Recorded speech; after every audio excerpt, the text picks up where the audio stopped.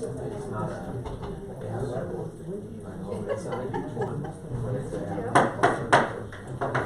we'll go ahead and call the special meeting of Manchester Springs City Council to order, December 10th, 2019 at 6:00. And Lynn, would you like to lead us in the Pledge of Allegiance? Pledge allegiance to the flag of the United States of America and to the republic for which it stands, one nation, under God, indivisible, with liberty and justice for all. Well, thank you everybody for joining us. For those of us up at the dais or coming on up, if you would please use your microphone, and if you're sitting in one of the extra seats, use one of the microphones that are available to you. I think that is a temporary problem. And roll call. Mayor Ture. Present. Councilor Smith. here. Councilor Alders. Here. Councilor Rourke. Here. Councilor Wolbrook. Here. Mayor Pro Tem Fortune. Present. Councilor Toss. Present. Great. We're going to turn the motion to approve the agenda. I move to approve the agenda as written. Is there a second? Second. Motion is second, any further discussion? If not, please raise your hand affirmatively. All opposed? Motion passes unanimously. We'll call item E1, which is first reading of ordinance number 2719, an ordinance amending yes, I'm sorry.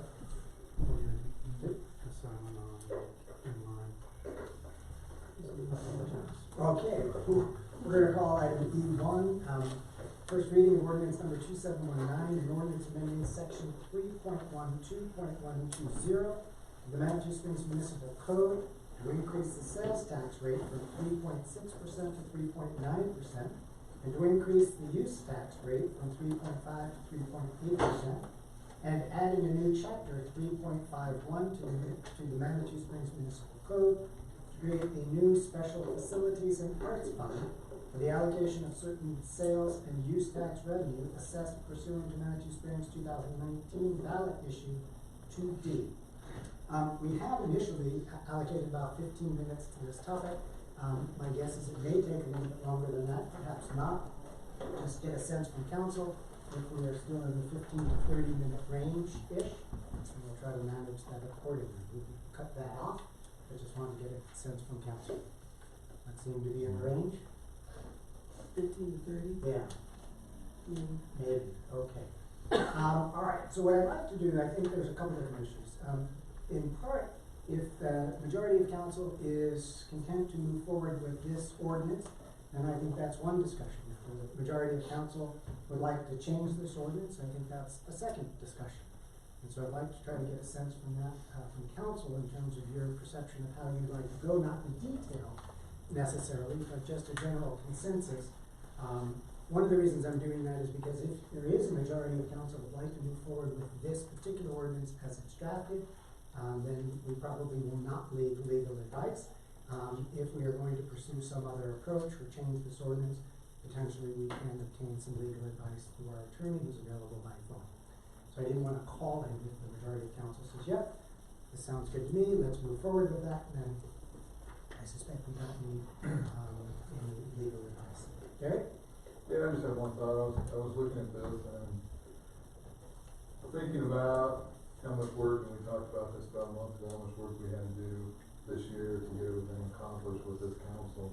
And my thoughts are, if we just maybe minimize this to say we will start collecting the sales tax and then leave everything else, let it move into next year's council. How, if it's gonna be 10%, 30%, whatever the percentage may break down for each organization, leave that up to them, because I think we've got a lot of things to do, and for us to spend a whole bunch of time on this, I think would be a valuable time. We actually have that as a separate category on the agenda tonight to talk about the distribution, and it was requested, I think, Mr. Graham will address that, but I think he had requested the same thing. So we had split the discussion into two parts. One is the ordinance itself, the other is the administration of the ordinance as a separate conversation. Well, wouldn't we want to take out the percentage based on this and just put it into the second part of it, and let council decide that if it's the remaining this goes to here or whatever, instead of tying a future council to an exact number, let the future council decide what percentage we need to do. The percentage between the 34 and the 66 is what you're saying. Yeah, I don't know as if that had been explored. I think what had been explored is whether we could change the percentage of the sales tax itself. And I don't know as if there had been discussion about changing the percentage allocation. How that's administered is the second conversation we were talking about, but I don't know if the ordinance itself, hold on, let's take a look.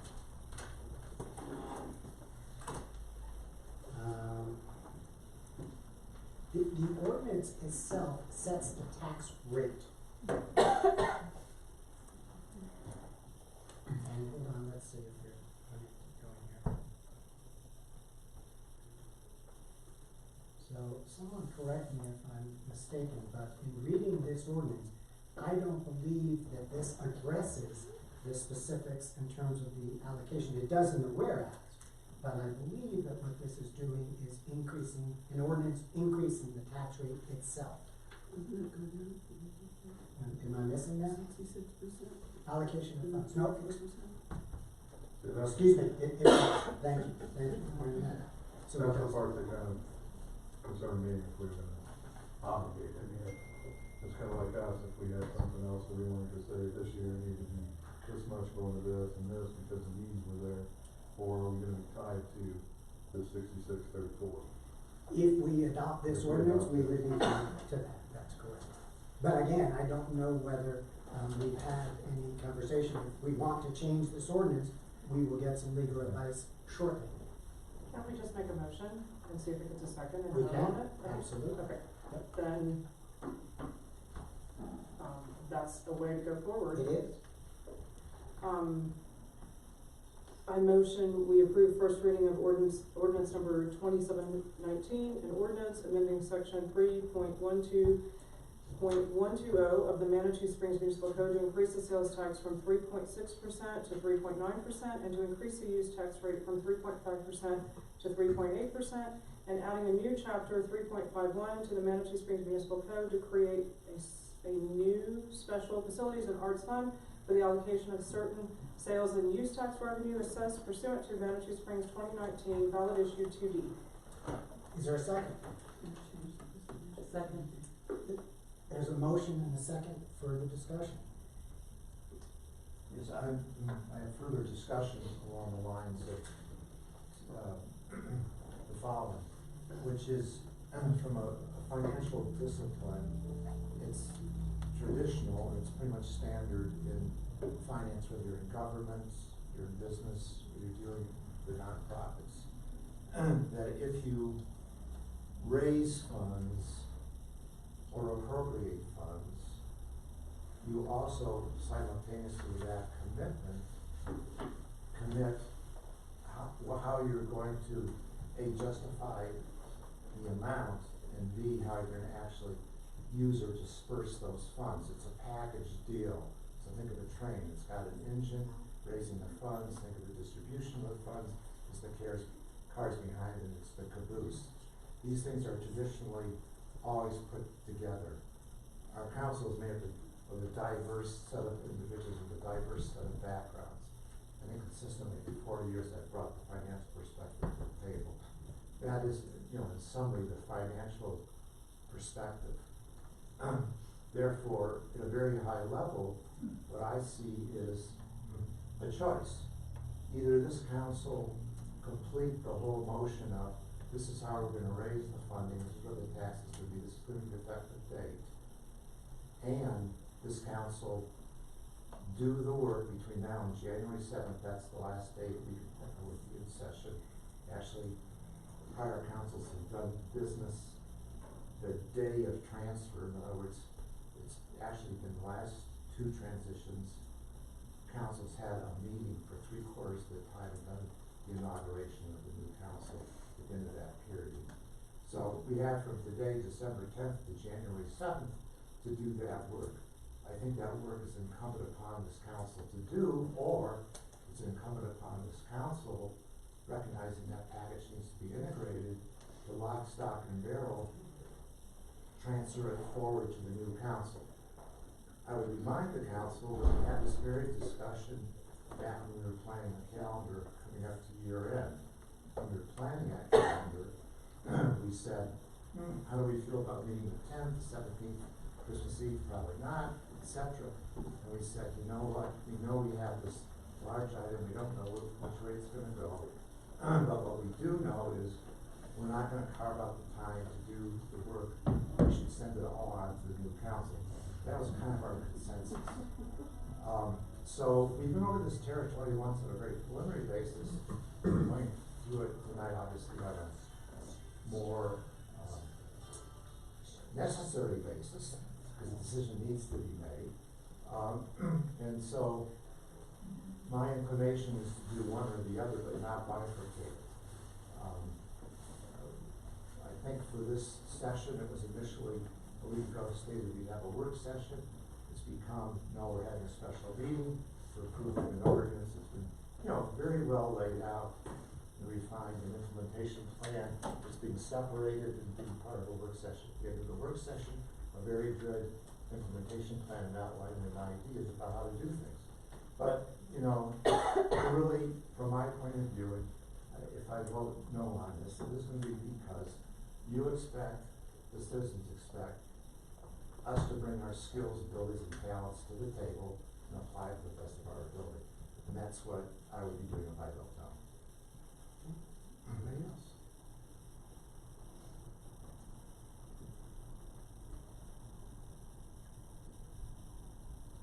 Okay, I'd be glad to weigh in as someone who has a degree in finance and accounting. I would respectfully disagree in the sense that although I think it is helpful to have specificity, in many cases you don't. You allocate the budget item and then you would, after that, you would flush out the program, great if you can. I think that this ordinance flushes out the program to the extent that the community approved it and supported it. It doesn't have the detail. It doesn't say that who's going to get what. I understand that, and the community understands that. But in order to start collecting these taxes, we need to pass this. If we don't, we'll collect the tax later, which is fine. But to me, this provides sufficient specificity for us to get going and approve this ordinance, and then let the future council or some sort of a group come together and make a plan about how this is going to be implemented. So, as someone who also has some experience in finance and accounting, I have a different view than that. Well, let me respond to that. Sure. Given that. The next related point that I think is important to make is that nobody could have, of course, projected what the vote would have been on the MAC proposal. The vote came in, the vote has really split the city in half, very sharply in half. I really respect the fact that the majority of the MAC advocates are here this evening. I understand why they are. They've been very creative in their marketing, very persistent. I really admire that. But I can tell you as an elected representative of our council, as all council members are, we're available to constituents who have both your views, which have been very visible. We're also available to those citizens that have not agreed, who've chosen to use their elected representatives to reflect their views, because frankly, they did not want to get into high-profile debates back and forth. So I can tell you, as strong as your arguments will be, I have certainly heard the con side of this. I certainly have factored that in. I took a risk and represented those people in a 10-minute debate. I think that was the only really debate we had as a community, the pros and cons. We didn't have much of a debate on council. Those views are still out there, and they're strong. And so myself continuing on council to be part of the new council, I look at it and say, doggone it, this council has a responsibility to make sure that that new council has an easy traction to get into business. It's going to be a very complex one if we approve the funding and then leave it to them to sort out how it works because of this divide that's happening in the city. I just, have that view, and I've been working on that since I understood that Friday night we would be going to a special meeting, and my phone ring off the hook with those people who want to ensure that their view that was in their vote is represented here tonight. So it is. So if I might comment, I think that the majority of the community has spoken. Although it's only a small majority, maybe 5, that's a majority.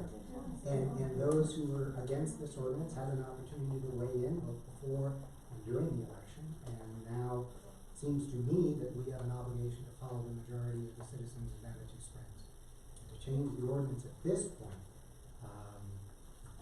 I just don't think makes any sense, nor would be fitting with what I understand majority rule means in a democracy. So, let me rebut that. I was not here in May, but I understand the council had a vote of 66% to 33%, something like that. I understand that you went totally public regarding that vote and basically politicized what should not have been politicized, which is city staff. Now, either you agree with a majority rules, which you didn't in May, when it was a landslide 4-2 vote, or your position is the slightest of margins is not a majority. I mean, you can't have both, Ken. I appreciate it. Thank you, Bob. Go ahead. A couple things. One is, I think when one truly believes that there's an ethical issue, then one has to raise that, and I think that was the case last May. Secondly, on this particular issue, I think I agree with Gary. I think that this ordinance simply pretty much just the allocation of the taxes. We can start collecting taxes in January. I think that's what the majority of the citizens asked for. I think that we don't have to have a policy in place for until a year from now, over a year from now actually.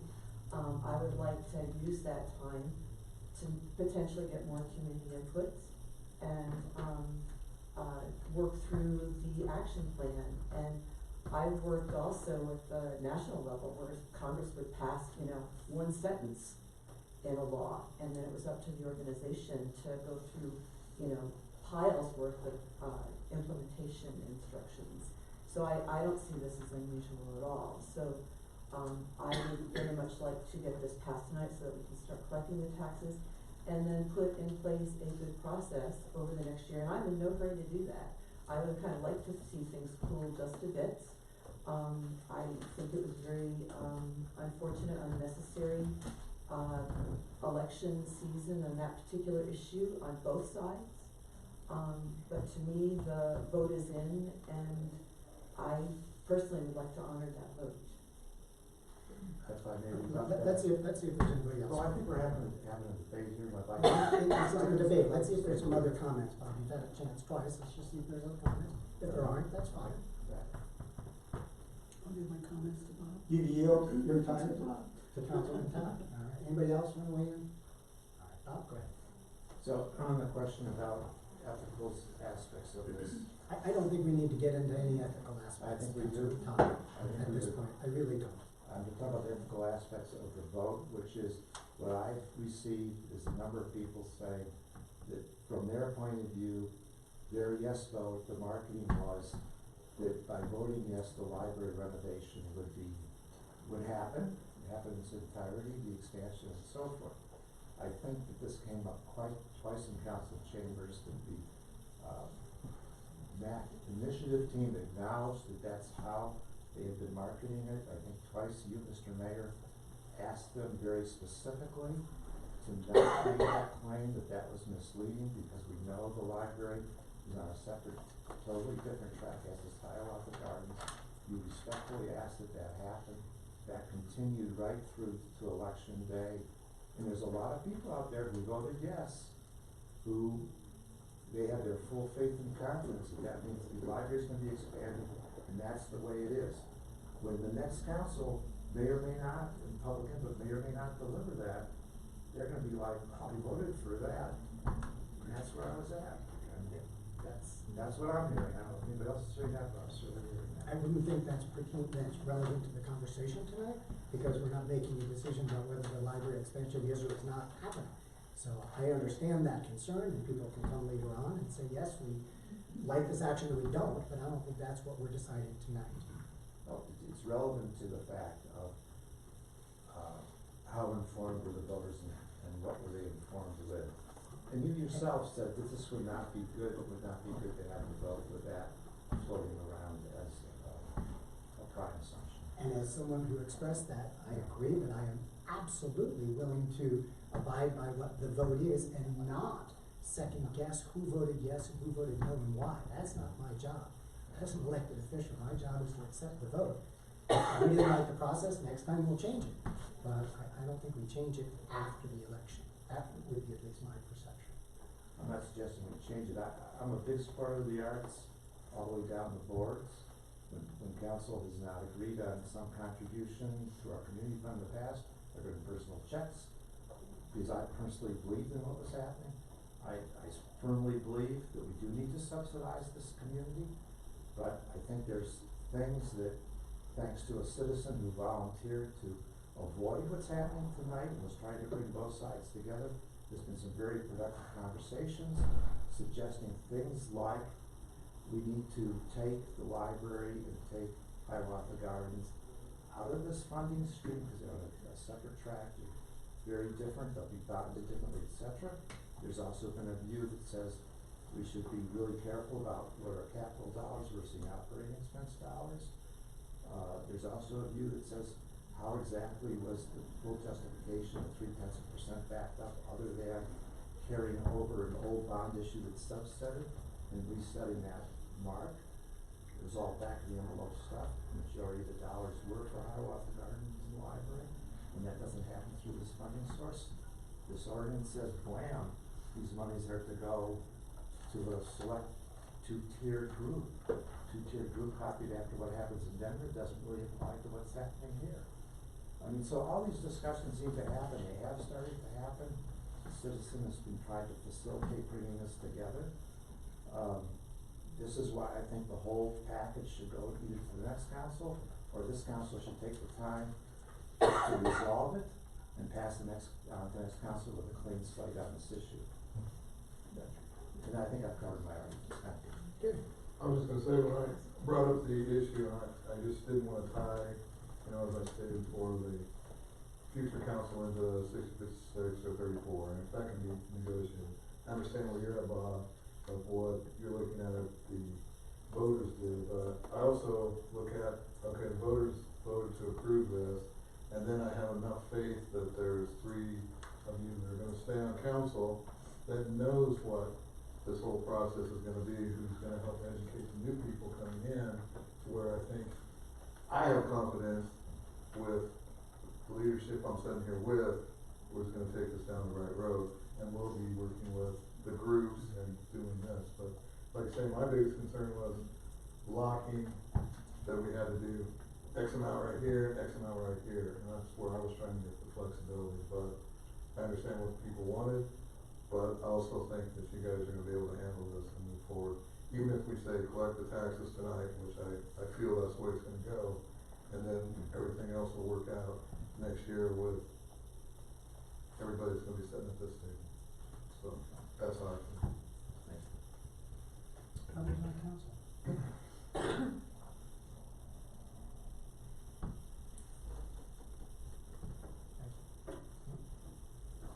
Okay, are we ready for a vote? We have a motion and a second, to approve ordinance 2719. All in favor, please raise your hand. All opposed? Motion fails. Would you like to entertain another motion, or should we just move on?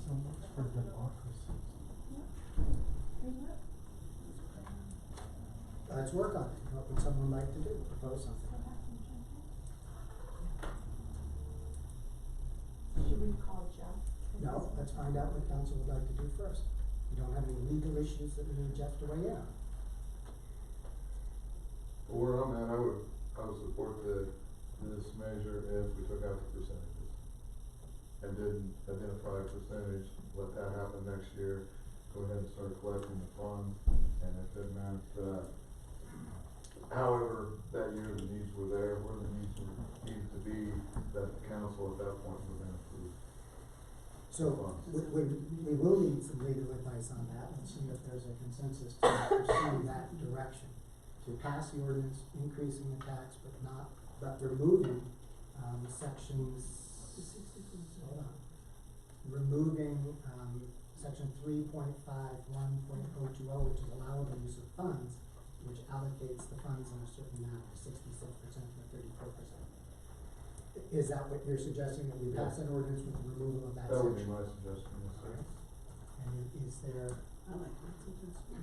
anybody else wanna weigh in on that? Jeff, what do you weigh in on this issue? Okay, refresh my memory then.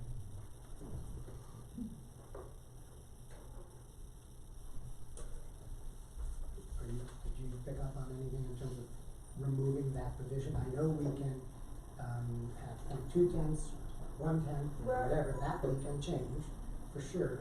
I just did not see explicitly that we could change what the voters had done in terms of the allocation. Perhaps we can. I think you can, but Okay.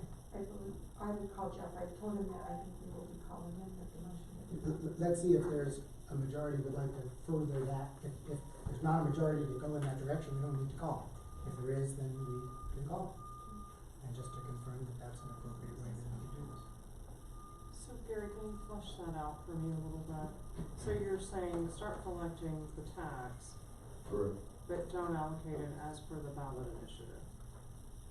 Correct, just because I think at this point, there needs to be conversation between council and mock group and decide how what we actually want to do, which will be something you guys will be doing next year. This way, it just doesn't tie this total amount going that direction. If the needs are greater this year at one building or one aspect, and we're not ready to do something with this one, but we are ready to go move forward with this, that you guys could, as a council, could fund more money to this area instead of just being tied to the 66-34. It's my feeling. So, and I don't mean this to be an antagonistic question, but that's not the will of the voters either, correct? Well, I think, no, not. Okay, I'm just trying to make sure But I I'm think it's understanding. moving forward to say start collecting and then get a conversation started, because right now, I think that we can go on for the next 2-3 hours and we're gonna still be sitting right at the same point. So somewhere, that's my recommendation, and you guys don't have to go with it, but I just think that we need to move in some direction or we're gonna be sitting here all night. So without allocating those numbers, what if no allocation happens? As a hypothetical. I think you're obligated to make some sort of allocation to one or all of these projects. So that's But- really a but- joke. But I think that, as a budgetary item, I would hopefully see whoever's coming in with something would present a budget for 2021 for, say, the library, and we're ready to move forward on that, but the rest of the organization, hey, we need new heaters, we need this, but we're not ready for it yet. And you could say, okay, we're gonna fund 75% to this year, and we're gonna move it around to where you can get things done, instead of sitting here with little pieces and never getting anywhere, so. It's just a suggestion. Thank you, He did not, Jeff did not address that particular point, does that? No. Close. Yeah, it's a, John has a question.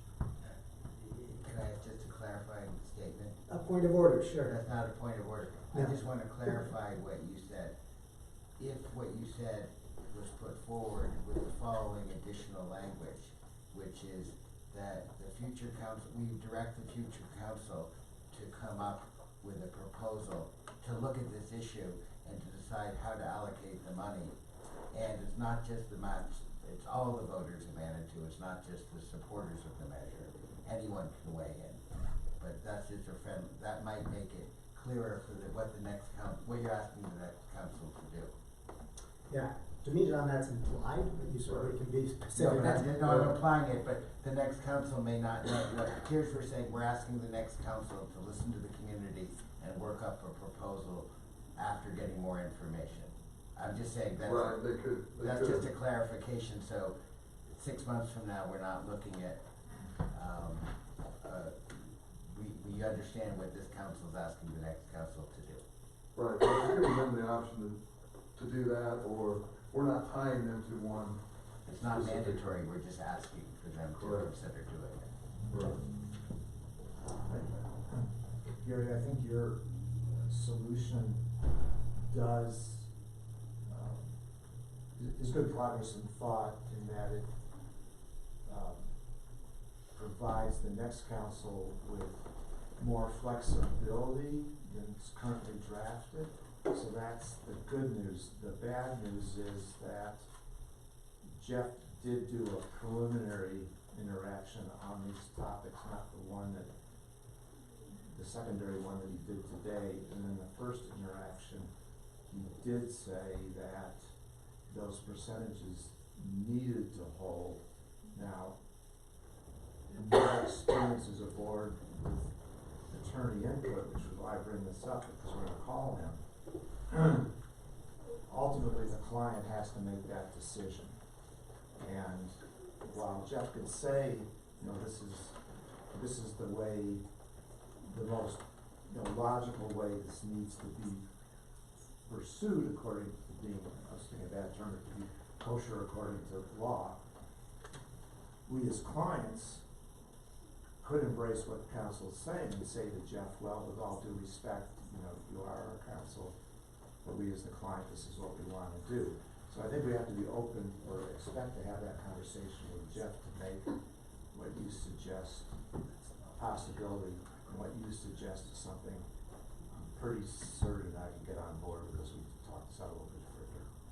Can I just recommend that everybody use their sound, make sure I just received an email that there's somebody outside that's struggling hearing everyone, so please make sure your microphone is ready to be heard. Ken, they're having a hard time, or they're also having a hard time hearing you. They are. Yeah, thank you, sorry. Well, I appreciate that, Bob, and, one of the things is, after being here for 8 years, I just wanted to make sure that one aspect that we make our attorney work, so, he's gonna be one of those questions where he's gonna go, I'm glad he's leaving, because I'm not gonna ask any more questions like this. But, no, it's a challenging question, and it's just trying to be creative, so. No, and it is creative and helpful, thank you. Okay, so are we asking, is there a majority that would like to pursue an option that would pass this ordinance, with the exception of section 3.51.020, which is a section entitled allowable use of funds, allocating the proceeds 66% and 34%. Is that the direction that we're trying to get some legal input? I've heard two say yes, I haven't heard anybody else. Yes, sir.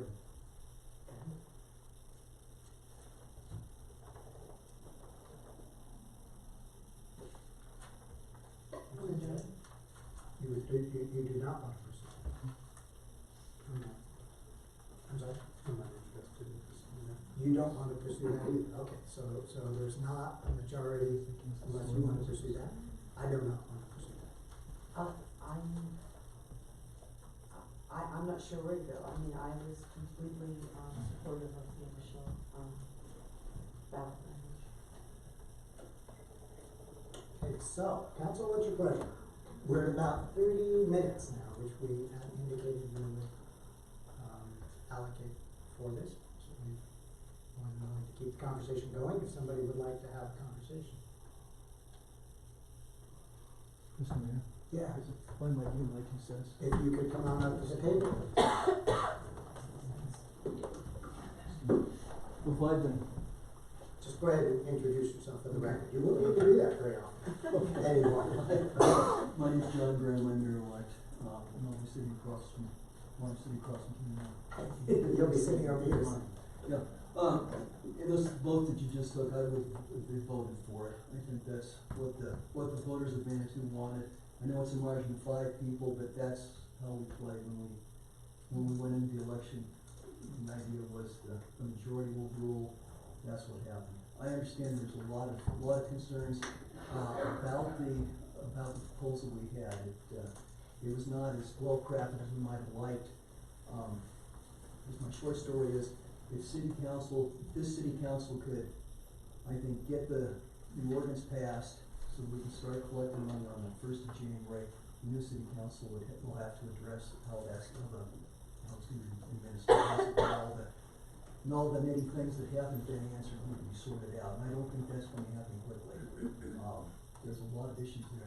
What do we do with the library? How big will the library be? What about the neighbors? I think all those people need to have a chance to talk.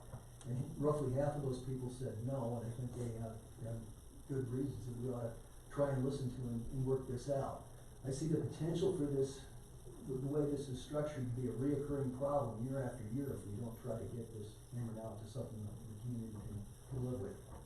I don't really have any answers, but I think if we had, a fairly neutral, objective group of people who could work through this over time, we could take one little dragon that's attached to this at a time and get it resolved. That'd be my hope. I don't think we get everybody happy, but I think we could build a little more confidence in the community. My 2 cents. Anybody else from council? So we have no motion. If we do not have a motion, we will, I'm not sure what happens if we don't have a motion on a particular item. That's a good question. I would like to hear from the 3 council members who have now spoken. I think it's important to both the citizens to know the positions and why they will vote for or not vote for something. So obviously there's no requirement for them to speak, but I do think it's important for them to speak.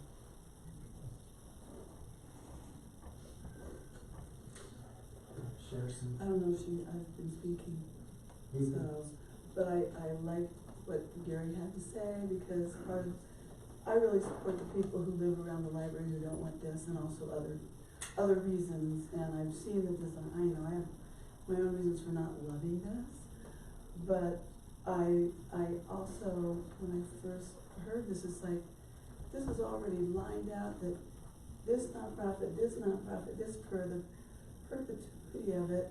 What about other nonprofits that maybe have been here longer or come in, it's just like 2 cents a net, so that's why I like what Gary said, so that it has more flexibility. That's why I went with what Gary said, because that kind of solves some of it for me. And I'll probably come down with some popcorn and see how this goes. So let me just clarify. Passing this ordinance would not, as far as I can see, in any way, shape, or form, take an issue about the library. Whether it gets 1 dime, 100 dimes, expands, or doesn't expand, this ordinance doesn't say that. No, and maybe I misspoke, but, or maybe I didn't present it right, but the percentages, it's so much goes to this one, and this one, Those percent. and this one, and then the rest of it, we'll let everybody arm wrestle over it. There's not a percentage allocation. In other words, it could be a support thing, but council could say, this group gets Let's 0. just take it out of there, so there's no confusion. Let's take it out of there now, so we don't have bullies come in and go, no, wait a minute, blah, blah, blah, blah. Let's let the new council look at the whole, have more time, maybe refine it a little more, like this has been kind of an issue since it arose, right? So they voted for it, 5 over, and so we're gonna go with it, but I like taking out that 3, I wrote it down, 3-1, whatever it is, 020. That would solve a lot for me, and, I think then it's an equal field of we're bringing in the same for the arts and the nonprofits. But it doesn't just say this one's king and this one's next, and then, what I mean? Does that make sense to you? Can we legally do that though? It specifies on the ballot, Manitou Arts Center, Manitou Springs Heritage Center, Marymount Castle, and Highland Gardens. And so I guess my legal question is, if you're not gonna honor the ballot language, does that open us up to lawsuits? No, I mean, I don't know the answer to that question. If the majority of council wants to move in that direction, we should get some legal advice about that. That's Jeff. But I didn't hear a majority of council who wants to do that, so let's see if there is, majority of council wants to consider removing that section, we'll get some advice and see whether we can legally do that. Ken, here's another alternative, bridged off the suggestion you had earlier, which is you indicated that, you would be amenable to the idea of not going on day one to the full amount of 0.3%. I would not be amenable to that, I'm not sure I said that. Oh, I thought you said that was a possibility. No, I don't believe that's a Oh, I possibility. thought I heard you say that, I'm sorry. It is a possibility, meaning legally we can do that. Okay. We have gotten legal advice that council Okay. does not have to enact the full ordinance. That's Okay. not what I think should be done, but Okay. legally we could do that. So all I'm trying to do is break a jam. And so let me just give another alternative. Legally, we can do that. Then, because one of my constraints on this is that the reason why 0.3% exists is because this was a copy and paste over from the Fields Park and Becker's Lane bond. No, I think. Well, it is, because in my experience from February forward, that came up as an idea, and then it became, well, how do we backfill and justify that amount of tax? And that was back of the envelope work, and that's fine. Along the lines of what Nancy said, you know, the blanks were filled in, people filled them in, they said, this much for the library, this much for Hiawatha Gardens, $40,000 each for the tier 1 organizations a year, and then the other 33% would be divided amongst the others who came forward who wanted seed funding.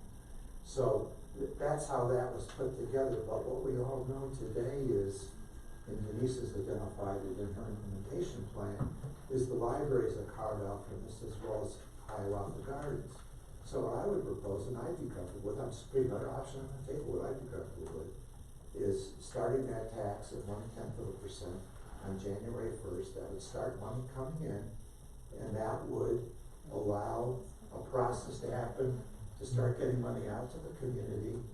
And if we find out we need to get it up to 0.3%, we can do that. But we're gonna be facing the new concept, other trade-offs here. We have a desire to improve this facility here. We don't have a funding track to do that. We're probably, if I go to the community meeting on the budget, the city administrator says we probably have to look at taxes, we probably have to look at property taxes, because we really have maxed out on sales taxes.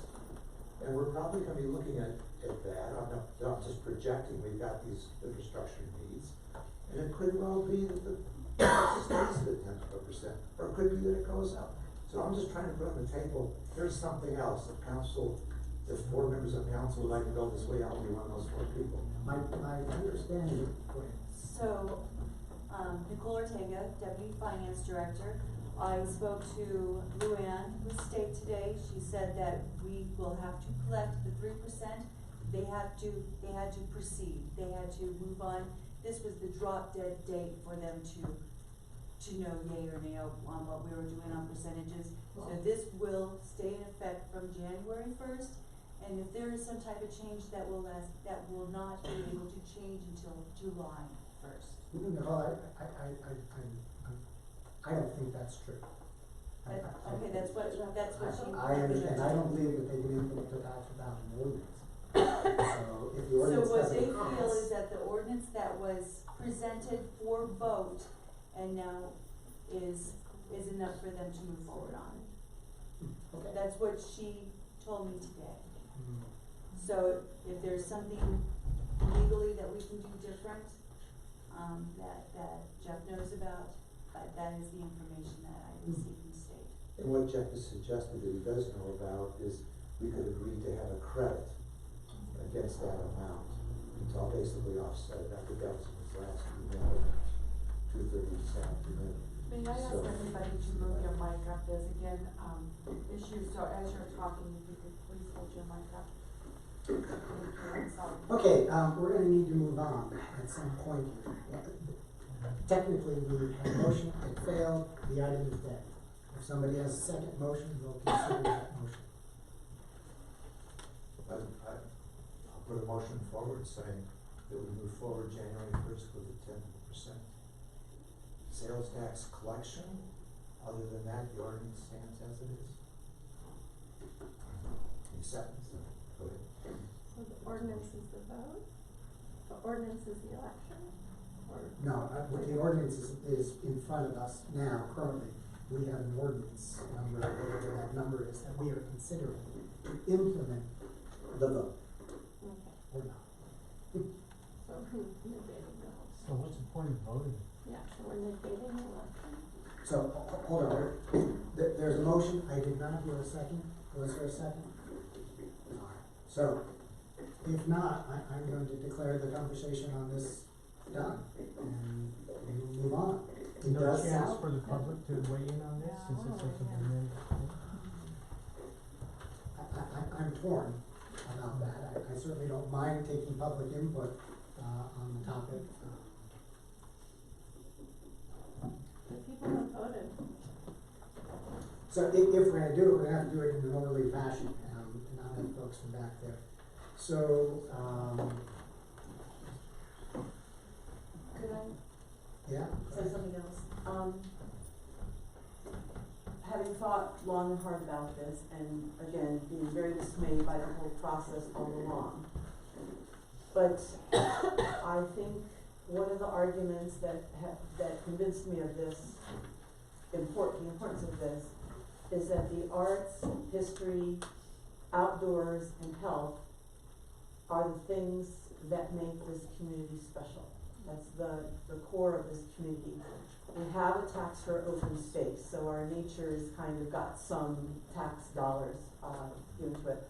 Our arts and history, we've not done a whole lot with our tax dollars.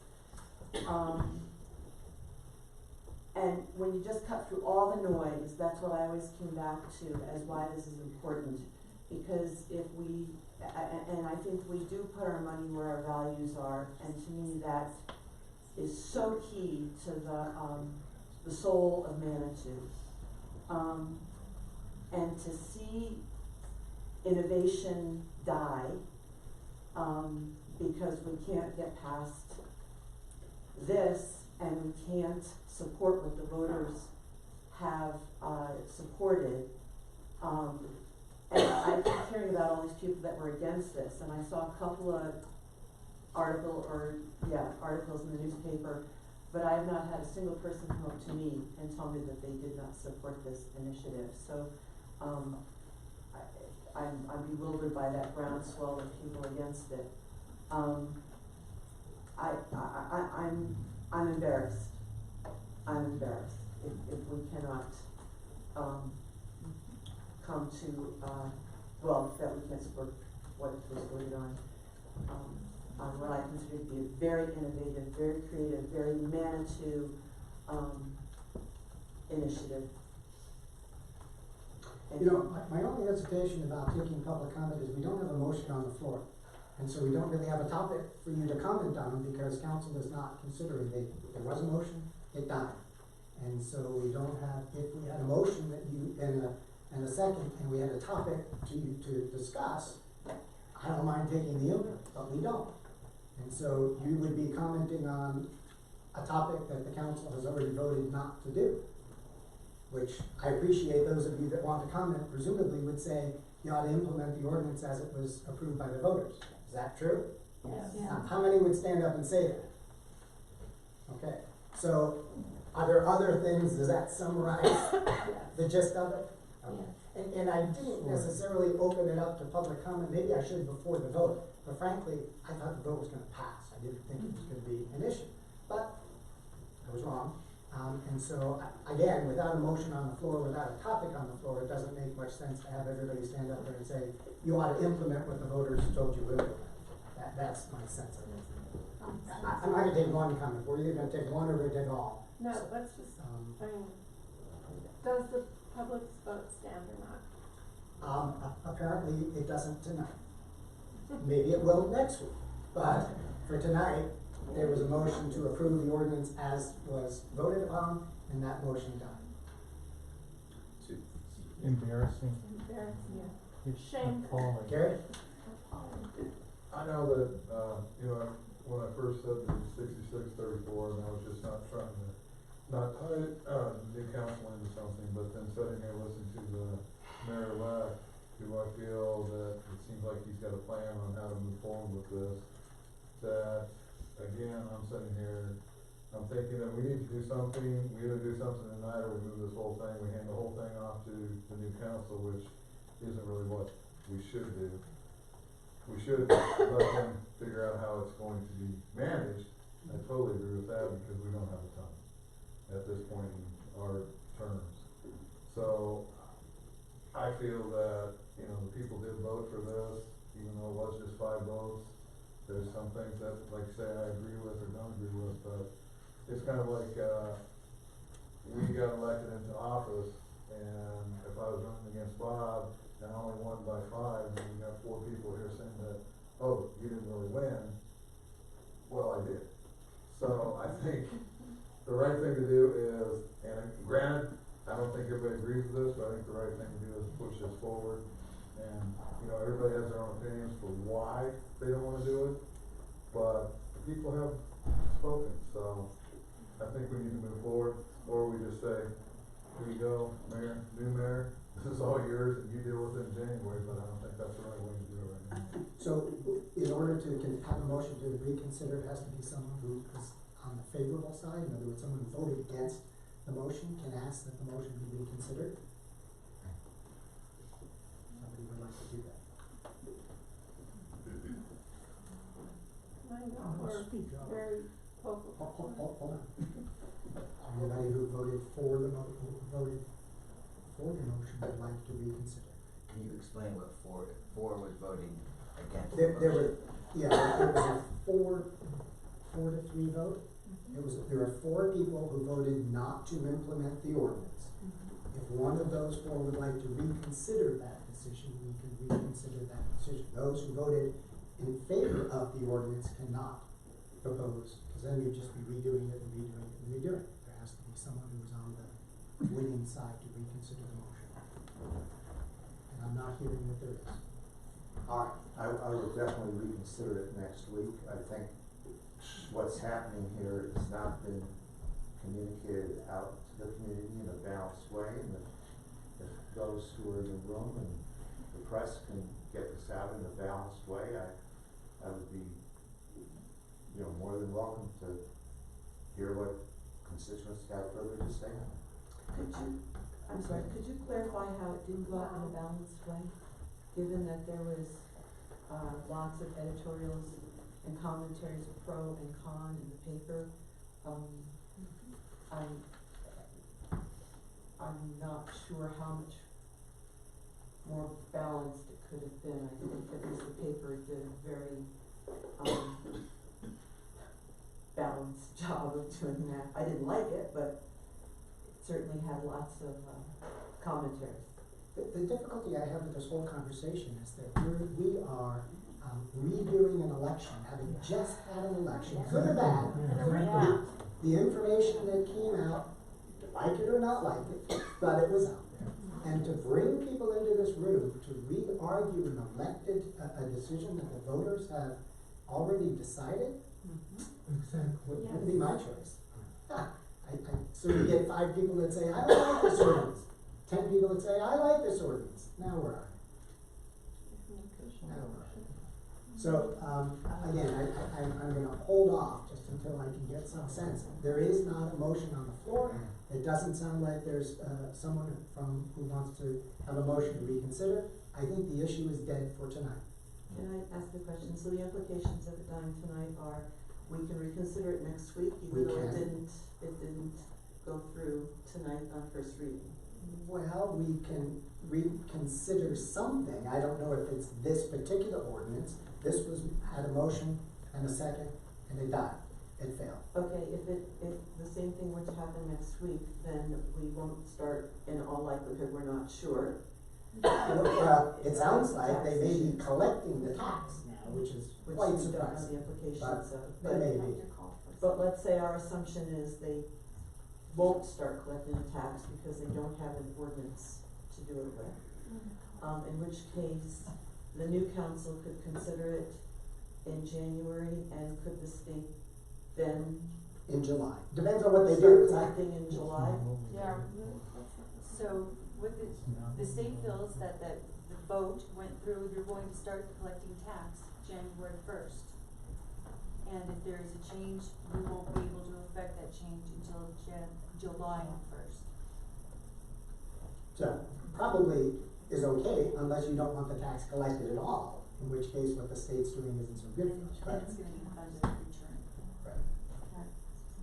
But regardless, the tax, any tax collected would be held for a year, regardless, they wouldn't be distributed until January 21. Right. They're gonna give us the tax quarterly. Yeah, we We will would get the tax, receive- but there was no plan to distribute the tax to any of the That is nonprofits correct. until January 21. So we had a full year. Well, I think that was a proposal, there's no ordinance, the council can allocate the money anytime. Thank you, yeah. And yeah, I think when that discussion happened, since I was in those meetings, it was that the grant portion, the grants would not be chosen Right. and distributed until after that year, so that we would have a solid number, it wouldn't be a guesstimate on what we would be distributing. Again, that was strictly a Got it. proposal, Yeah. it wasn't necessarily something that we built in. Okay, so, anything else? Well, Ken, if we can, let's just go down, possibly reconsidering next week, 'cause I did say what I would be going to do in that regard. If it turned out that we did come up with an ordinance first reading, that would be 17th of December, and I believe we have to wait how many days to do the second reading? 7 days, so that becomes December 24th, which, people will be traveling, I know we made probably commitments when we decided we wouldn't be having a meeting that night and so forth, but we could have a phone-in date, either, once we. It's probably not critical, Bob. I'm just trying to look at it. I know, but I doubt it's, if in fact the state is going to start collecting the tax January first, there's nothing really we need to do. Right. It's no rush. Tax gonna be coming to the city and we can figure out after that, so I don't see a rush, assuming that's correct, that they're gonna do it. Could we I call trust Jeff and ask that question tonight? It Yeah. doesn't match what you said before. Which question? About I'm just saying, unfortunately, it just doesn't match what Jeff has told us before he tells me. But there are two pieces first.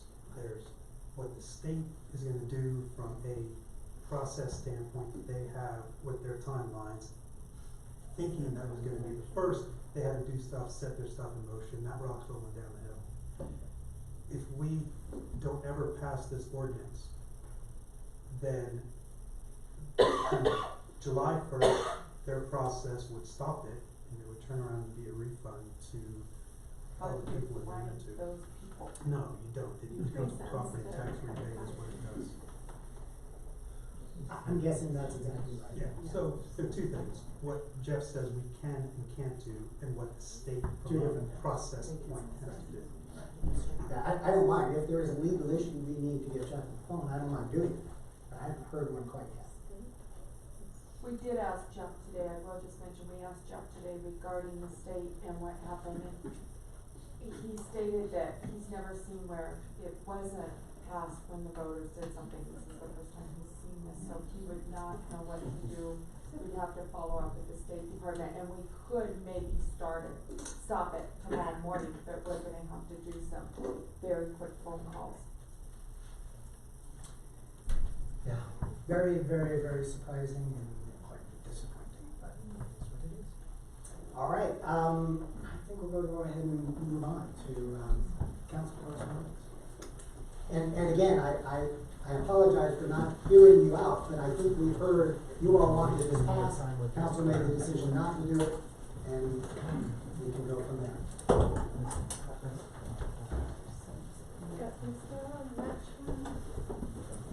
Okay, council correspondence, anybody have anything? Yes, sir. Kudos to our new public works director. I assume that it came from the top. The last two larger snowstorms, it actually, about a week after the storm, all the way down Ruxton in a Bobcat, and got in the ice and extra snow off the south side, which stays there for months sometimes. They do the whole road. Don't know when or how that started. At 15 years living on that road, it's happened like once. This has happened twice in two bigger snowstorms. Fabulous service to the citizens is improving. It's good to see. I do have a suggestion now. They put some cones out. If you're really going to do it, we'd probably get more cars out of the way. Anything else? Council correspondence? No one else has anything, I'll just pass these around. Watershed District and, Creek Week statistics were very impressive. Manitou Springs had a, very good showing, especially from the, school. You'll see, pictures of the kids on the, stuff they're sending out. You can see it's a really dramatic impact that overall effort has, and they've been expanding it over the past 8 years or so. So just pass that around. And also the Watershed District, we're losing our executive director. He's retiring, and there is a job description out. If anyone knows of anyone who might be interested in becoming the executive director of that district, I can get them the job announcement.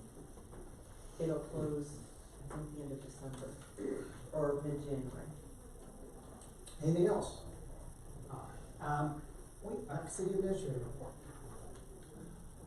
So we put out some information about RPPs that we have some evening or overnight, checking on parking, and so we're just putting that information out at this point.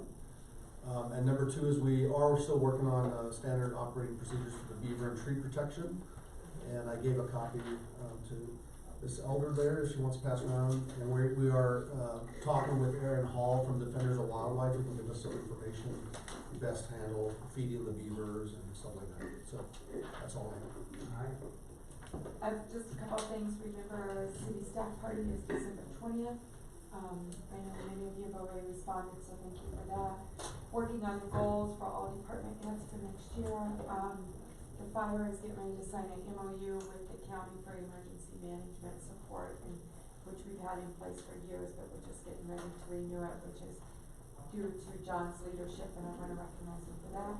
And then we're getting ready to put a survey out by next Friday. Each of the departments here, planning, parking, city clerk, and the finance will have little surveys written by this top spy to get their perspective of what the service was like. And we'll have a box, and I'll be there for the key to be able to look at those. We'll collect those for a period of time and kind of get a perception of how we're doing. And then we'll be working on a community-wide survey in the future. So that's basically all I have. We are going to adjourn our special meeting, and we will call our work session to order. The first item on the work session is item I-1, consideration of the vapor ordinance. And let's see, is Ashley where are you? Ashley, yes, we're gonna bring it up. We're gonna bring up our. Whoever wants to come on up here, bring some chairs. Well, come on up, bring some chairs, and we'll go through this.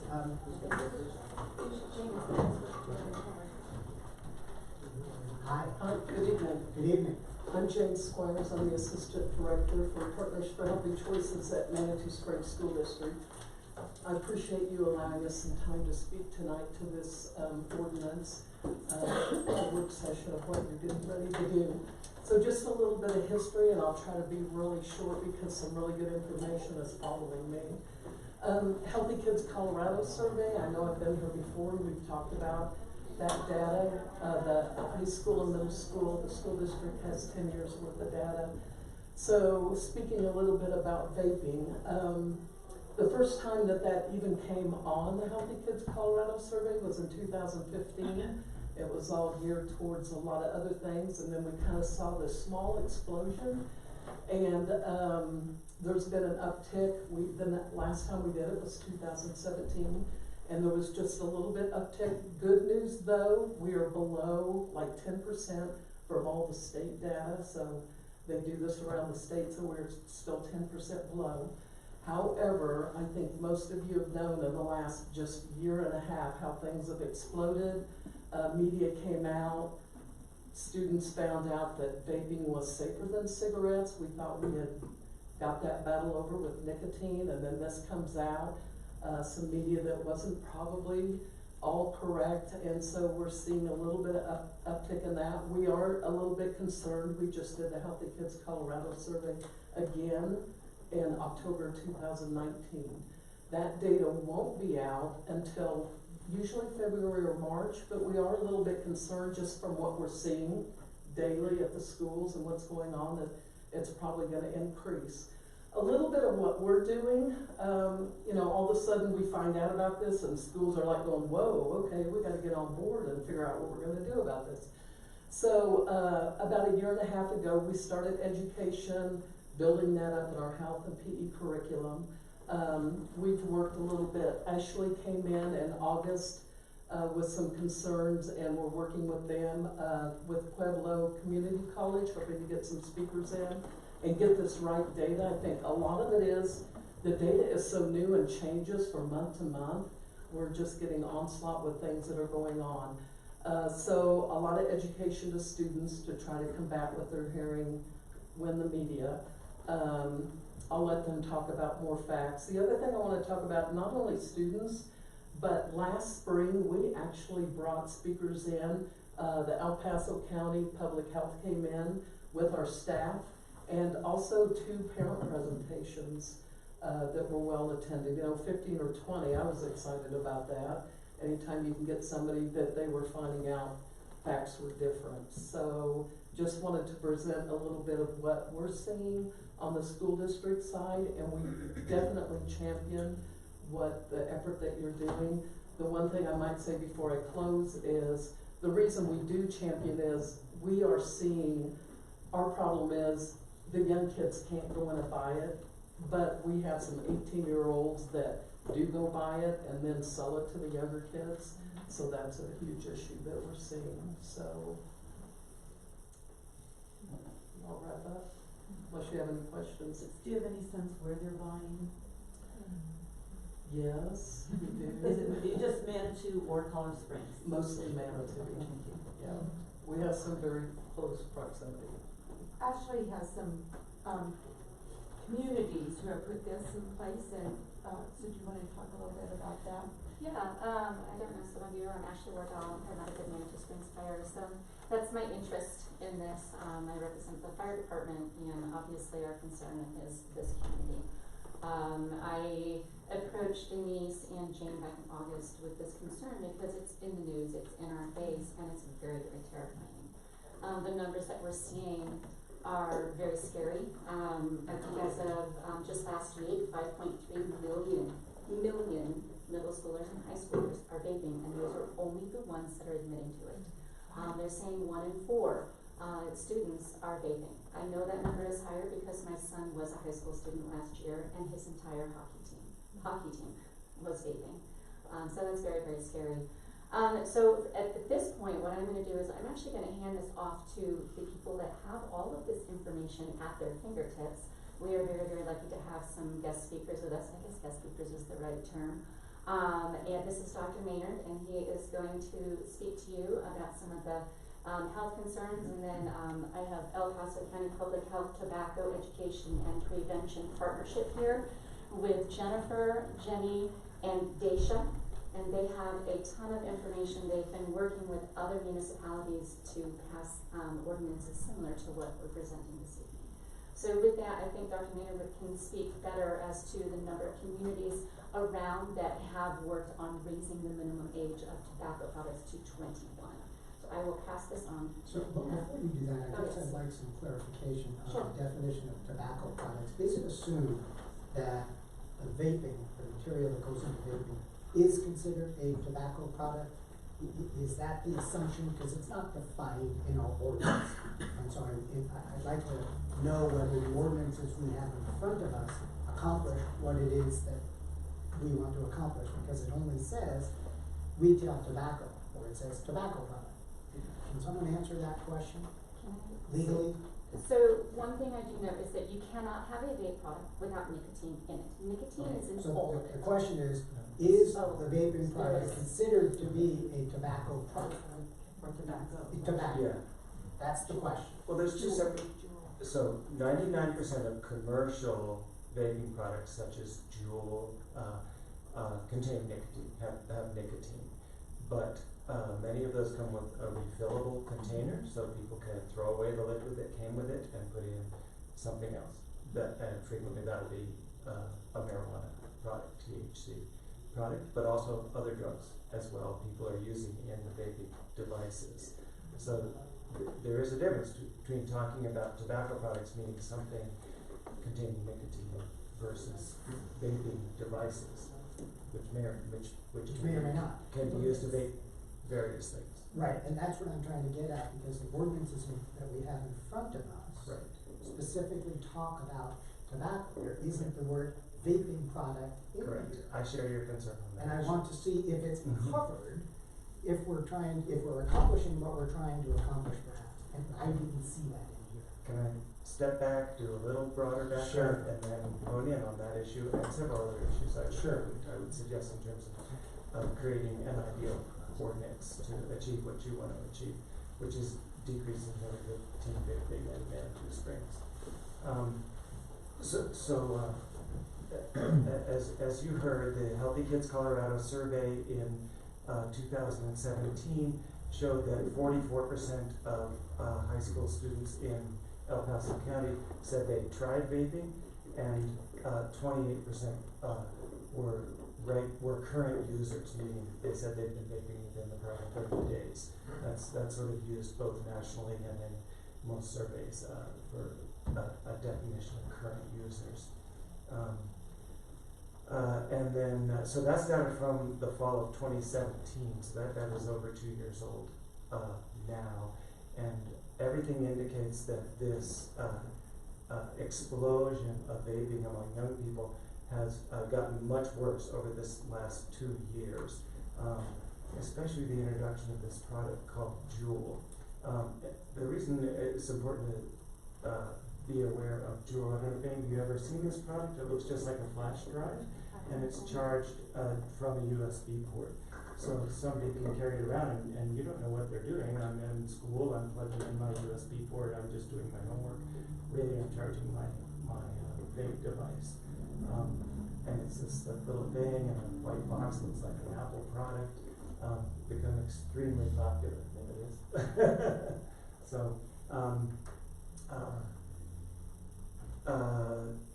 e-cigarettes first came on the market in 2006, and for about the first 9 or 10 years, they were not very popular because they had what's called free nicotine, which is very harsh and irritating, and so you couldn't have put very much nicotine in a vape device. But then the company that became Juul figured out how to create something called nicotine salt, which is much less irritating, and they were able to create a product which has about 10 times the concentration of nicotine in that little half a milliliter of liquid that's right there that you're vaping from. And rapidly become very popular because people could really get a nicotine hit very quickly from this, much faster than even from a cigarette. So when Juul came on the market in early 2017, within 18 months they captured 70% of the e-cigarette market, an absolute explosion. They also didn't advertise in the usual ways, billboards and that sort of thing. All they did was advertise on social media, especially directing to youth. They also created flavors appealing to youth. There are now hundreds of flavors, but they are all kinds of things like gummy bears and cotton candy and creme brulee and mango, all sorts of things which have great appeal to youth. So even though they say we're not marketing to youth, the fact is they are through Facebook, all kinds of social media avenues. Recent national data just within the last month suggests that the rates of youth vaping have doubled in the past 2 years, where the national rate was about 13% when Colorado's was 28% 2 years ago. As of last month, the national rate is now 28%. The whole nation is caught up to Colorado. And so we would, guess, that Colorado's rate, we'll find out in a couple months, is probably over 28% now of teens who are regularly vaping. The other thing about Juul, as I mentioned, it's much more concentrated. One refill, one little pod of liquid like that contains as much nicotine as an entire pack of cigarettes, 20 cigarettes. And kids are vaping a pod a day, 2 pods a day. Some kids report vaping 3 or 4 pods a day. So they're getting huge amounts of nicotine and becoming addicted. Young people are more susceptible to addiction by any substance, and certainly true of nicotine. So we have a huge problem. Lots of kids vaping and becoming addicted to nicotine. And if you talk to teens, they'll talk to you about being nic sick when they can't get hold of their vape device. They're more anxious about getting a vape device than their phone these days.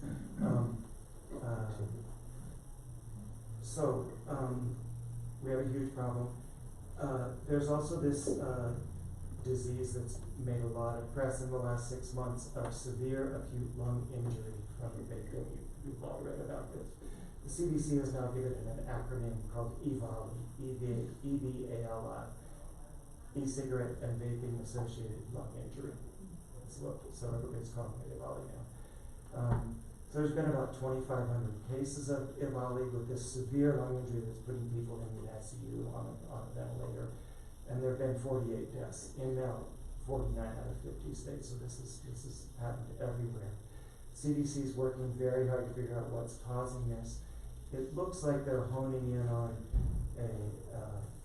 a chemical in these vape devices, not what's being sold by Juul, but what people are putting in from black market or homemade concoctions, usually with THC, with marijuana products. It's probably vitamin E, which is a thick oil they can use to dissolve the THC in, that's causing a severe chemical lung injury that, under the microscope in those who died, looks like mustard gas in World War I injury to the lungs. And these 2,500 people who developed this, it's expected they'll have severe lung damage for the rest of their lives. They'll be pulmonary cripples. However, you have to put that in perspective. There have been 48 deaths from EVALI this year.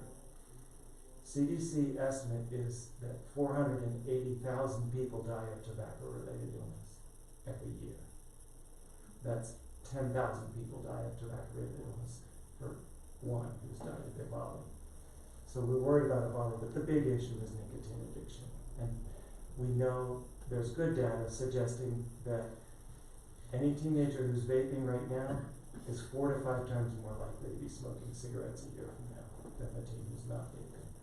So we're really concerned that a whole new generation is becoming addicted to nicotine, will be both vaping and using cigarettes for the rest of their lives, or have a very hard time quitting, as you know. That number, 500,000 people dying of tobacco-related illness, will go up rather than down, as we've been pushing it down for the last 40 years. So how can we address this epidemic of vaping? One is education, and people are speaking in the schools and putting stuff out on social media, and the EVALI has actually helped make a lot of people aware of, gee, maybe vaping really isn't safe. We also don't know the long-term effects of e-cigarettes and vaping. Of course, tobacco-related illnesses take decades to develop, and there's a lot of concern about what people are getting when they're using this. There's heavy metals, there's propylene glycol, there's the flavors, which are approved by the FDA for eating, but not for putting in your lungs. So lots of concerns about what long-term effects of vaping might be, and we just don't know. But we certainly know the effects of nicotine addiction. So among the measures that have already started to prove effective in decreasing rates of teen vaping is raising the legal age for sale of tobacco products to 21 instead of 18. The period of 18 to 21 years of age is critical for people becoming lifetime smokers. The tobacco companies know that 95% of adult smokers start smoking before age 21.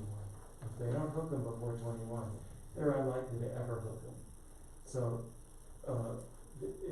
raising the legal age to 21 will make it, will decrease the chances somebody becomes a lifetime smoker. In places that are, well, so Tobacco 21's been a movement gaining momentum nationally for about 5 or 6 years now. 18 states have now passed Tobacco 21 laws, and over 500 local governments, municipalities, and counties all over the U.S. We have data from some of the bigger cities that have passed Tobacco 21 laws showing decrease of teen vaping rates of 25 to 45% within the first couple of years of passing Tobacco 21 laws. So this works to help make it harder for kids to get hold of these products and discourage at least a third of them from becoming vapors. Is that assuming that all of these Tobacco 21 ordinances apply to vaping products? It does, I just spoke with Jeff, I just sent him. It does an email, apply to and he vaping, said so it's yes. defined as a Yes. vaping tobacco product? Yes. That was the question, Correct. thank you. Yeah. Thank you. In Colorado, there was a law passed 25 years ago or so that said if localities regulated or taxed tobacco, they would lose their share of the cigarette tobacco sales tax. That was rescinded in the spring 2019 legislative session. As of July 1st this year, localities can regulate or tax tobacco without that fiscal penalty. So many localities in Colorado are considering Tobacco 21 or other tobacco measures, and some have passed them already this fall. You may know that Denver passed a Tobacco 21 ordinance with tobacco retail licensing in September that goes into effect on January 1st this year. About 18 other localities in Colorado have now passed either Tobacco 21 or tobacco tax or tobacco retail licensing or a couple of banned flavors as well. So lots of people are working on this, and I'm really glad to hear Manitou Springs is thinking about it as well. Do you know where Colorado Springs is on this? I'm part of a coalition working to urge Colorado Springs City Council to do this. They're drafting an ordinance and have it set up for a work session in early February. So that's where it's at. Question? A couple of questions. It seems like I've been at Safeway recently in Colorado Springs and they're not allowing it. Is that just a company decision? Yes, some companies have decided not to sell e-cigarettes or not sell vaping products or not sell tobacco, period. Like CVS, not selling tobacco, My period. second question is unincorporated El Paso County, which is in between Manitou and Colorado Springs. So has El Paso County, or do you foresee them doing this? I just am thinking about the map of this. So if this passes in Manitou and Colorado Springs passes it, let's say, but there's this gap, we're just kind of unique in this, and if it's one of those things that the county doesn't take on, Right. I mean, that doesn't mean we shouldn't do it, So- but I'm just curious. Yes, ideally, we'd have a national tobacco 21 law with strong enforcement. But but we're going at this locally because we feel that enforcement will be most effective at the local level, more so than at either the state or the federal level. Okay, but have you had a conversation with the county about it? Only the County Board of Health. The County Board of Health voted unanimously this fall when we met with them to be in favor of any ordinances, evidence-based ordinances to address this problem. Do you know if they're gonna take it to the county commissioner? I haven't been involved in trying to get the county commissioners. We're just starting with the city right now. And Thank you, I just wanted, we have this unique geographical issue. yes, it'll be an issue. And will kids go elsewhere to buy? Yes, of course they will. Will there be a block market? Yes, of course there will. But you're delivering a message with Tobacco 21. You're making it a little harder. Some kids are going to say that's too hard. I'm not going to buy it. Elizabeth, did you have something you were? I mean, just in terms of our school board and the conversations we're having around THC, and I'm a part of the Pikes Peak area regional superintendents. Can you either grab, can you just grab one of those boxes? The box would be fine, either way. Yeah, the superintendents in the region meet, and I just received an email from Cheyenne Mountain School District also, and that would be more in the resolution.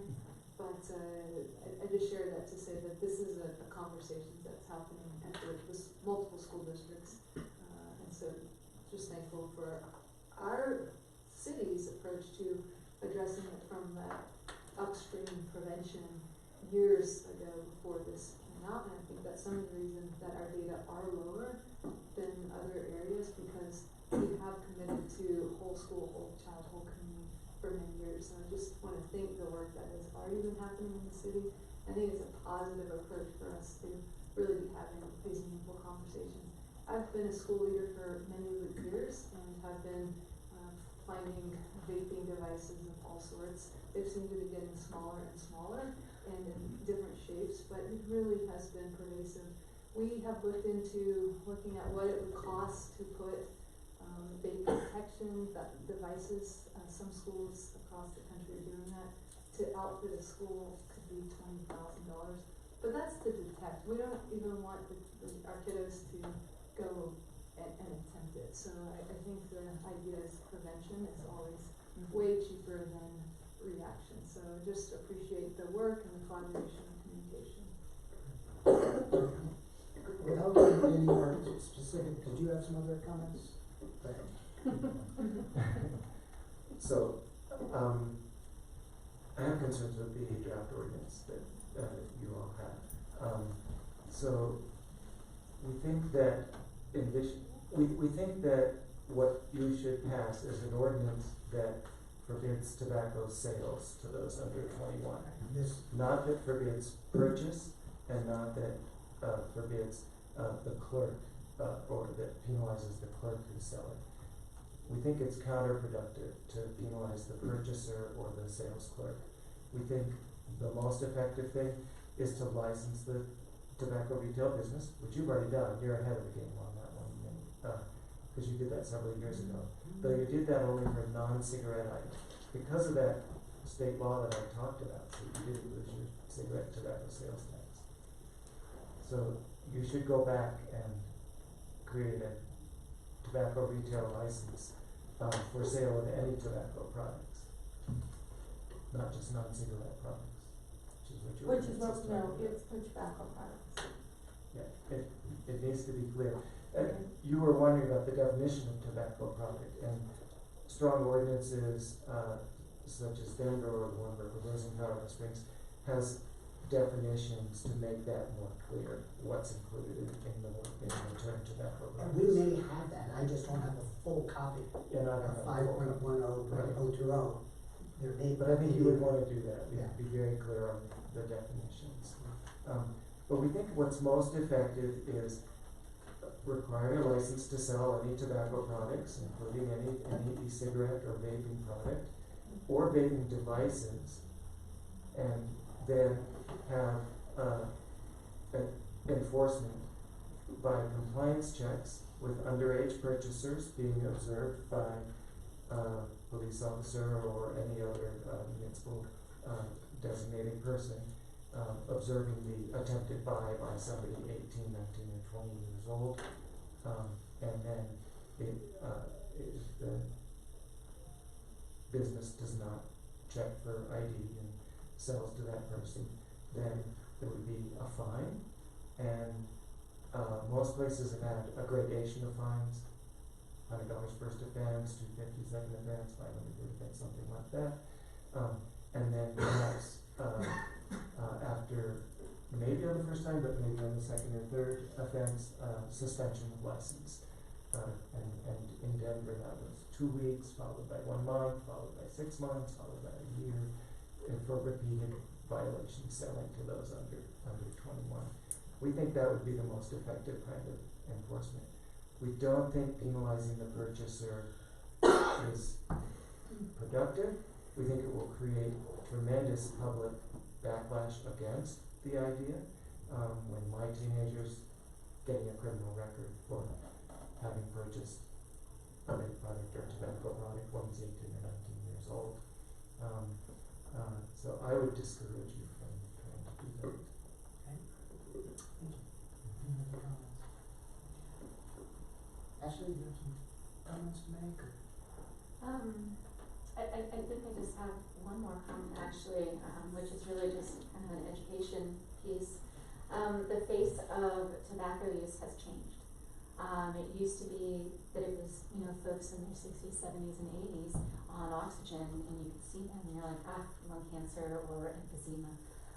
That face has changed, and it's now our 16 to 17-year-olds, and they're the ones that are on oxygen. So it's important that we really think about what we're doing here and the message that we want to send. So thank you guys so much for listening to us, and I don't know if Deisha has a few things that she'd like to. Sure. Good evening, I'm Deisha Hudson. I manage our Tobacco Education Prevention Partnership at El Paso County Public Health. And I really just, first of all, wanted to commend you for, you guys have led the way for many years. You were one of the first in the state that passed a non-cigarette tobacco retail license, and so I'm happy that you guys are considering continuing to lead the way in our state. I really just wanted to offer our assistance in any way if that is something that is of interest. We have technical assistance providers from the Colorado School of Public Health. Her name is Wendy Morrison, and she has helped draft many of the municipal ordinances across the state in order to help keep consistency and make sure that they have all those nuances included. And so really just wanted to let you know that we're available for further education and information, and that we're happy to connect you with Wendy if that's of interest. Thank you. So council, what's your pleasure? We need to give some direction to staff whether we want to pursue this type of approach with some modifications or some help in terms of refining the ordinance, and also then the time frame. It's been suggested that we take a little bit more time to do some research, to coordinate the efforts, get some additional help from the school district, the Department of Health. So we do need to give some direction of the time frame and also the scope of what we want to pursue. Can I ask you a quick question? Yeah. I know that at the federal level, there's been some flip-flopping on policy. What's the latest? Do you know?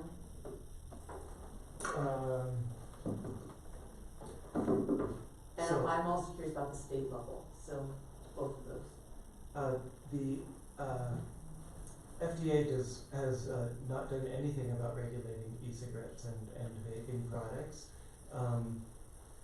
They were ordered to do so by the court like 7 years ago, and when the new administration came in early 2017, they said, we're not going to do anything with this until 2023. So it's really is what was not said. something we've got.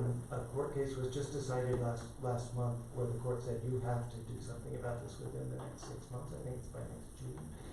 So we don't have anything yet from the FDA on this.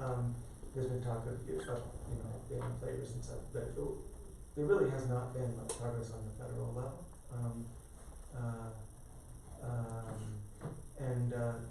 I think Tobacco 21 legislation is likely to be introduced in the state legislature this spring, but I don't know what the shape of that legislation will be or what the enforcement plan might be.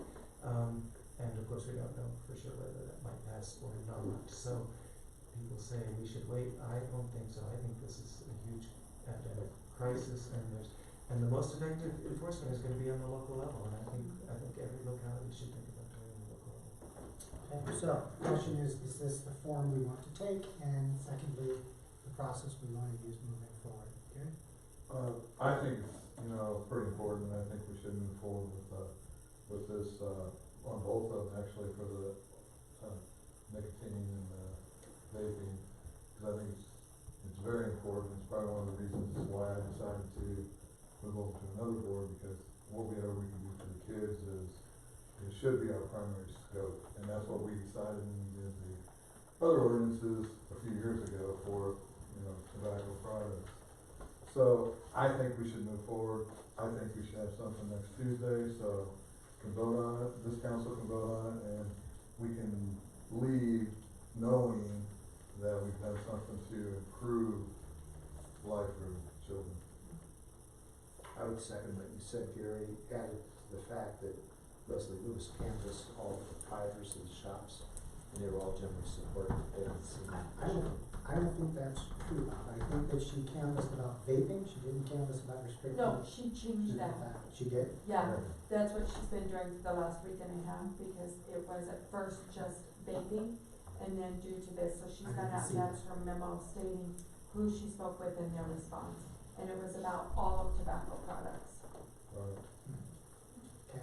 So I'm with the idea of, let's get this done next week, with the doctor's good comments about the sale of things, et cetera. I do wanna do just a couple of quick questions that I did hear, Jeff responded. 5.11.061, nobody under 21 permitted in a retail tobacco business. So when we looked at that at first, we thought that meant like 7-Eleven, Sinclair's, et cetera. It does not. That means that 95% of their revenue from tobacco products. So it would only be those that's really selling tobacco products, that they would not be permitted in that business, if that's what you wanna do. So I do wanna, just identify that as a clarifying point.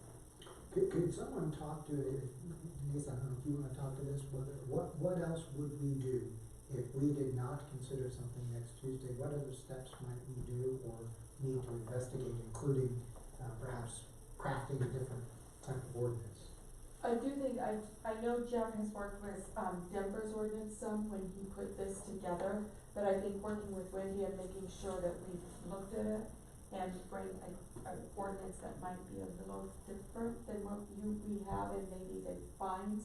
When I first talked about this, whether we should do some more public outreach, that was when Elizabeth and I had spoken before and saying that we may not be ready. However, after speaking with the school this evening, they feel that we are ready to go ahead and move forward with this. But that is the perception that I got this evening, and if you guys wanna add to that, please feel free. I will move forward with the conversation from the school district, because we didn't draft the ordinance at all, and so that's really more the point of clarification. Moving forward with, it's an important conversation that I think is very important as moving forward. So that's more of the clarification for the school side. And I'm looking for direction about whether we're moving forward with these ordinances. Mhm. And the suggestion has been from several council members to move forward next week. That's really what we're trying to figure out at this point. But the feedback I've received, I think we're ready, but that I just wanna, I think everybody's ready, which I did not have that before. Anybody else want to weigh in? I'm good to move forward. I think we need some significant changes to what's been presented to us tonight. I'm a huge supporter of doing something. I see from a larger policy standpoint, the public health costs of this well in the future is going to be devastating. We talk about climate change. This is another thing that's going to be devastating to our society in terms of healthcare costs and family structure. I would hope that with your assistance, both of your assistance, we could get something that is more appropriate. I think you made some excellent suggestions tonight. I'm not crazy about rushing this, but. And I don't, sorry, I didn't mean to. No, that's right, go ahead. I don't wanna speak for Wendy, but because she's done this several times, I think we could have something ready for you next week. Well, it needs to be by tomorrow or Thursday. Okay. Well, I will call her when we leave here. Our packet will go out Friday, and so Okay. we typically try to have information tomorrow or Thursday if we And can. our Okay. attorney still needs to. And we would work with our Right, attorney. there has to be Mhm. coordination with you. Right. Yeah, Absolutely. yeah. So if she could turn something around that quick, are you open to that? It sounds like the majority would like to do that. The Okay. question is, can we do that? I will find out. I feel good about it. We have, as Dr. Maynard mentioned, there is something drafted for Colorado Springs. And so it's just a matter of, changing some of that language to make it work for So it Mandatory. shouldn't be that difficult, it sounds like. And the other thing, question that I have is just resources in terms of enforcement. Do our police do that? Do our code enforcement guys? I mean, who does I know the state comes in and checks the alcohol. Who comes in and would do the, So I can we do send an 18-year-old in without an ID? I mean, is that even legal to do that? So I spoke with our chief about that, and he has spoken with the State Department, and it would be the same as alcohol. So it would be enforced the same way. If we felt that it was being, if we heard that somebody was selling, somebody was doing something, they would set up a sting, and we would not be charged for that at all. So it would be the same way that we do alcohol. Well, other than we could write somebody, in this is a municipal violation, and so you could write someone We in could our write a municipal ticket if court. you wanna do it in, the local, I mean, if you go in and say, we see somebody, but to set up a sting and those type of things is not something that we would do. We would bring the State Department down to do that. It's been done differently in different locations. In general, the fee for the license is set to exactly meet the need for funding the program, the administration of the license and the compliance checks. The range of, I don't know what your fee is for your license, do you know? Right now? No, it's 140. Is that what you There's 140 in 2012 was when it was written. Okay. That's may have changed. Hopefully. I do have a table of what all the, I think it's 18 municipalities in Colorado are charging for their license fees, and that ranges from about $250 to about $600. So Denver, I think, was $500 for the initial license and $250 for each annual renewal. So it's kind of in that range. So it sounds like there's a consensus to see if we can work quickly in the next day or so to have something on our agenda for next Tuesday for council to consider. I think that was the consensus as I heard it. I can also see if she is available to come, if you'd like her presence. You know, most importantly would be to have the ordinance in front of us. Yeah, That's okay. really, And we'll have Jeff, so he'll just send me So her. our attorney's gonna weigh in Okay. on giving us some legal advice on that, so. I can email you the draft Colorado Springs ordinance, which is just a matter of referring to your local ordinance numbers versus theirs. That's something we should get to Ms. Howell. Right. So there's a paper copy. That would be great. Ladies, you I remember would in like the to back email there? it to you and send to you. Thank you for. Thank you for Yes. having us. Yeah, I was just gonna say that I know that this council, this will pass and move forward, but since it will cover these schools here and what we're trying to do, but maybe this group could still reach out to El Paso County, because you do have one school that's not gonna be, I mean, it's an elementary school, but it's in New Mountain Falls, which is in the county. So if we were to get the county to buy in, then that would take care of Susan's question about right outside of us, and it would also cover all the schools. So, I think actually we could Okay, so it sounds like we have a plan. Thank you. We appreciate your working quickly, yes. Thank you. Thank you so much. I'm actually, you guys brought me to tears with this, and thank you. Can you, tell your partner that we're asking you to assist you with that? And I just, something to consider, you don't need to consider tonight, but I just remember we will only be doing first reading on the 17th, which would push the second reading into January. So how you wanna manage that, just consider it. What are our options to manage that? You would do a very quick meeting earlier, or there is that opportunity, as you guys mentioned, is maybe do a little business before you, if you wanted to. So I think those are things that we need just for you guys to consider next week. Couldn't we finish up maybe some things that we had outstanding? Okay. And then hand it over at that point? Okay. I'd like. Let's make that decision next week. Let's confirm that decision next week.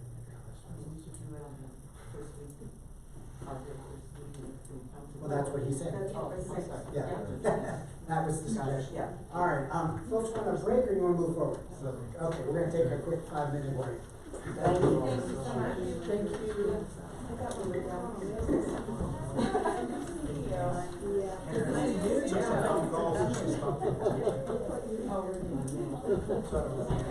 Thanks for coming.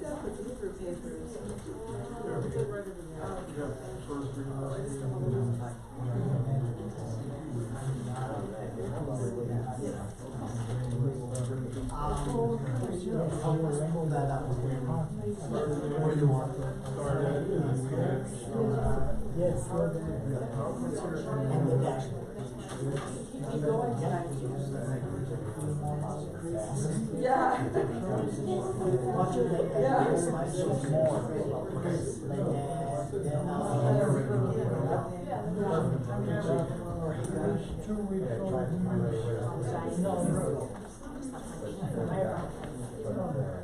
You had one special fund that was just free. That's what we were talking about. The lungs or That's what I meant to.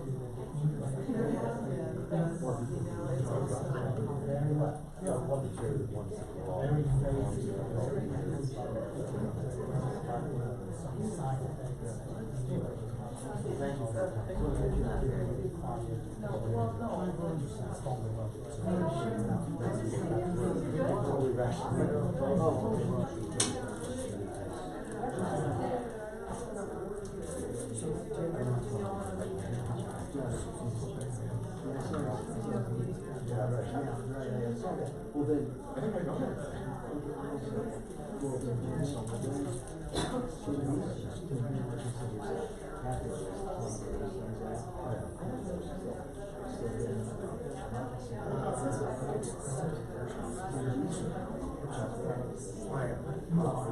You want me to, or do you just, you just maybe tell me, first look at me? Yes.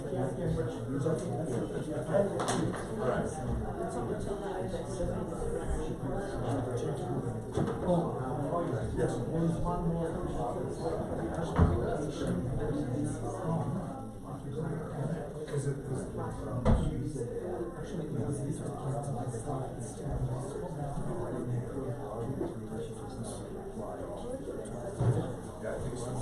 Maybe not.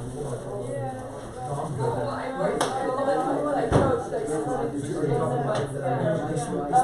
Yes. That's ready too. That's ready too, and then, by the way, yes. Because I'll have to get out of that motion to get to it. Yes. Okay, we just scroll down. Scroll down.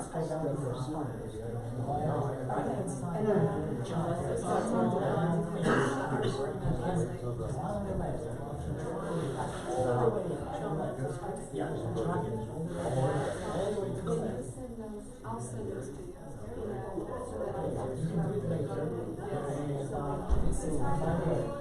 That's one thing that I was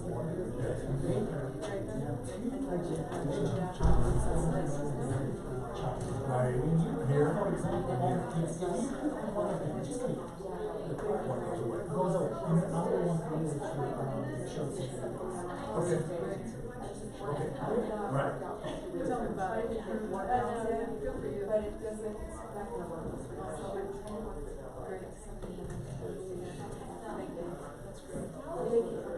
Oh, absolutely. Anything else we have? We need to do lunch, but let's just maybe everyone's, maybe with Thanksgiving, are you still there? No, I'm not. Do you work here next week? Yes, but hopefully it's all this summer. Yeah, let's do that. Thank you.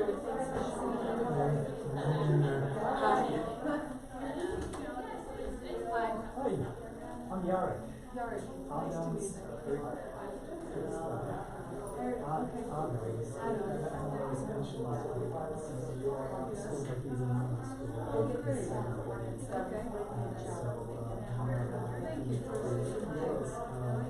What's he involved in? So I'm an engineer at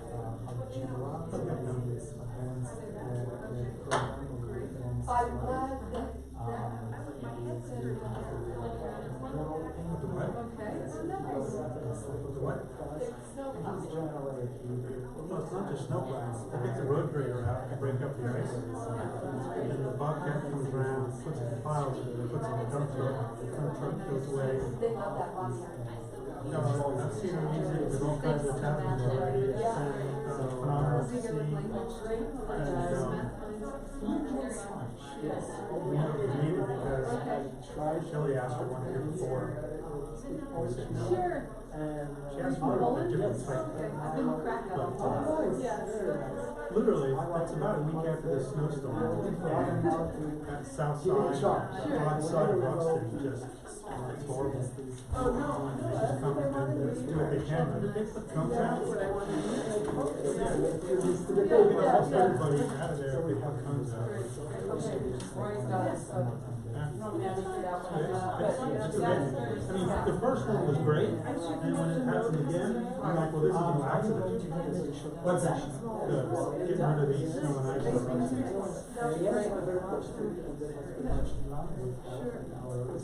Lot of work. All right, let's go ahead and reconvene. If the names of whoever's out there, who are we missing?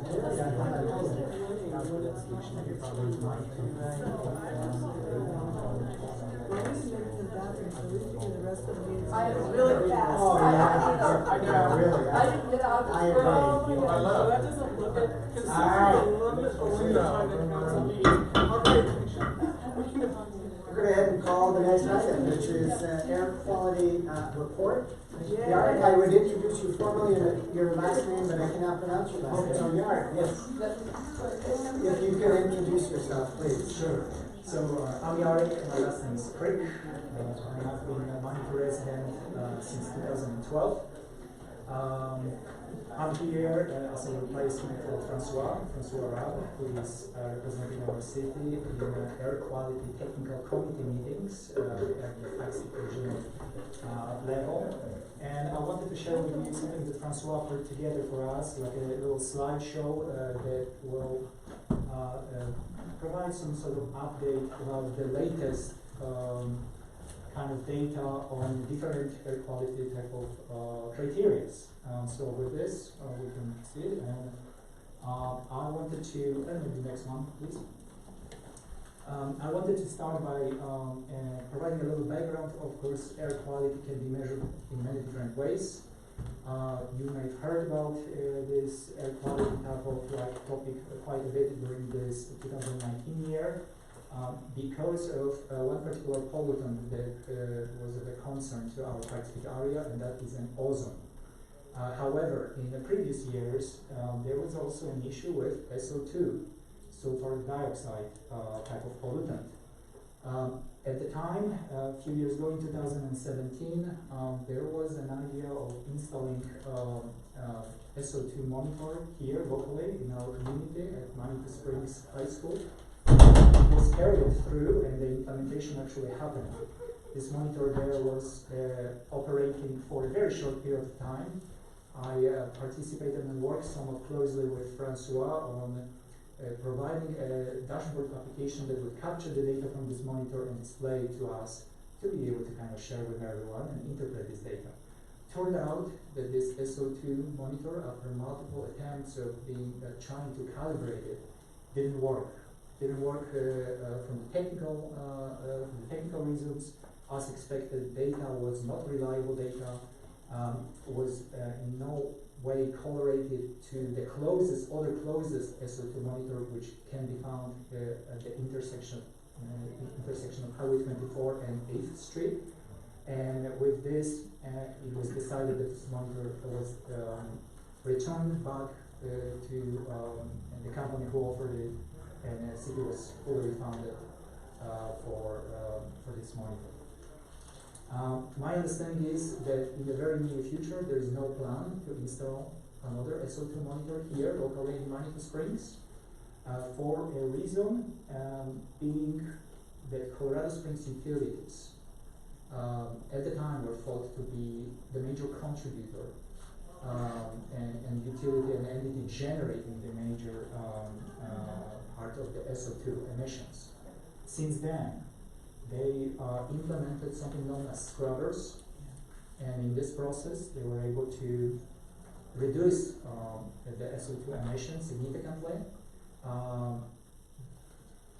This slideshow only indicates that the number of days that they use actually in operation scrubbers is very significant. There are not many days that they would not use it.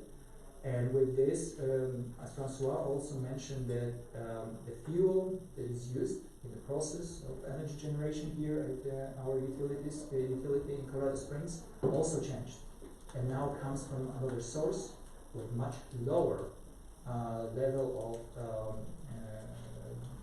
parts that would generate those SO2 type of pollutants. So those are two very positive news for us, and SO2 somehow went a little bit farther from the radar and the immediate danger in terms of like pollutant for our area. With this, the new pollutant came on the radar, and that is ozone. If we can advance to the next slide. Before we get off of SO2, so what I'm hearing you say is that because of the things that Colorado Springs Utilities has done, you no longer believe we are at risk either for environmental or health risk from SO2. So there's not, the cost risk benefit is not there to continue monitoring here in our city.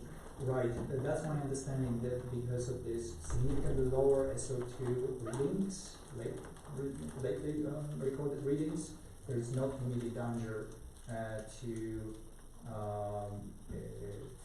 to anyone, and those group of people, particularly kind of vulnerable to those respiratory problems because of SO2, yes, because how it was reduced. Except when they turn them off to service them, and then the SO2 goes way back up again, extremely fast, right? That is possible. I don't have any exact data to indicate what would be the correlation between those scrubbers not working. I've seen it. I think we've seen it on council. Maybe you have to excuse yourself. I don't know. We have seen it. So, and not to stop you. Right. Wanted that presentation. Yeah. So keep going, Jerry. I didn't mean to interrupt. No problem. Again, your point, my recollection on that is the spikes would happen, they can be monitored. They would be monitored by a monitor that was down, not necessarily here, but down on the site. And Francois was hard over on the fact that those spikes in and of themselves represented material exposure. He had some statistic about when you're exposed to that for not a lot of hours, it could do long-term harm. So I'm really surprised that, knowing how data-centric Rob is, that he doesn't have a chart that actually shows these two qualitative factors, and the spike is like down to noise level. So I don't have any specific data to show you. I saw that in the presentation. I was like, later on, you do have a chart that says Drake SO2 data. I guess the question is, are they still using 30 days average, do you know, or? Yes, I think there was something changed in the way EPA is calculating now the level of SO2 that they would consider to be compliance level, and I don't exactly recall what was the average, moving average. Standards or whatever standards using 30-day average as opposed to daily. For SO2, okay. Which will allow them to go way off the chart and then spread it out over Correct. 30 days. So in principle, moving averages aim at eliminating the noise. And if we have many spikes in a data set and we start to compute moving averages, the spikes will be reduced, and you will have your graph at more leveled. Only if you consistently were increasing SO2 emission, the moving average would be gradually trending up, but it would be somewhat not showing you those very maximum perhaps SO2 readings that you could have individually, because they would be hidden behind the moving average data. Right. Yes. Which it sounds, we're just unsure at this point, so. Correct. Yes, we can advance to the next one. In terms of ozone levels, well, The last 2017 and 2018 were 2 years where Pikes Peak area was found to exceed EPA compliance level for ozone pollutant. It's set currently by EPA at 70 parts per billion.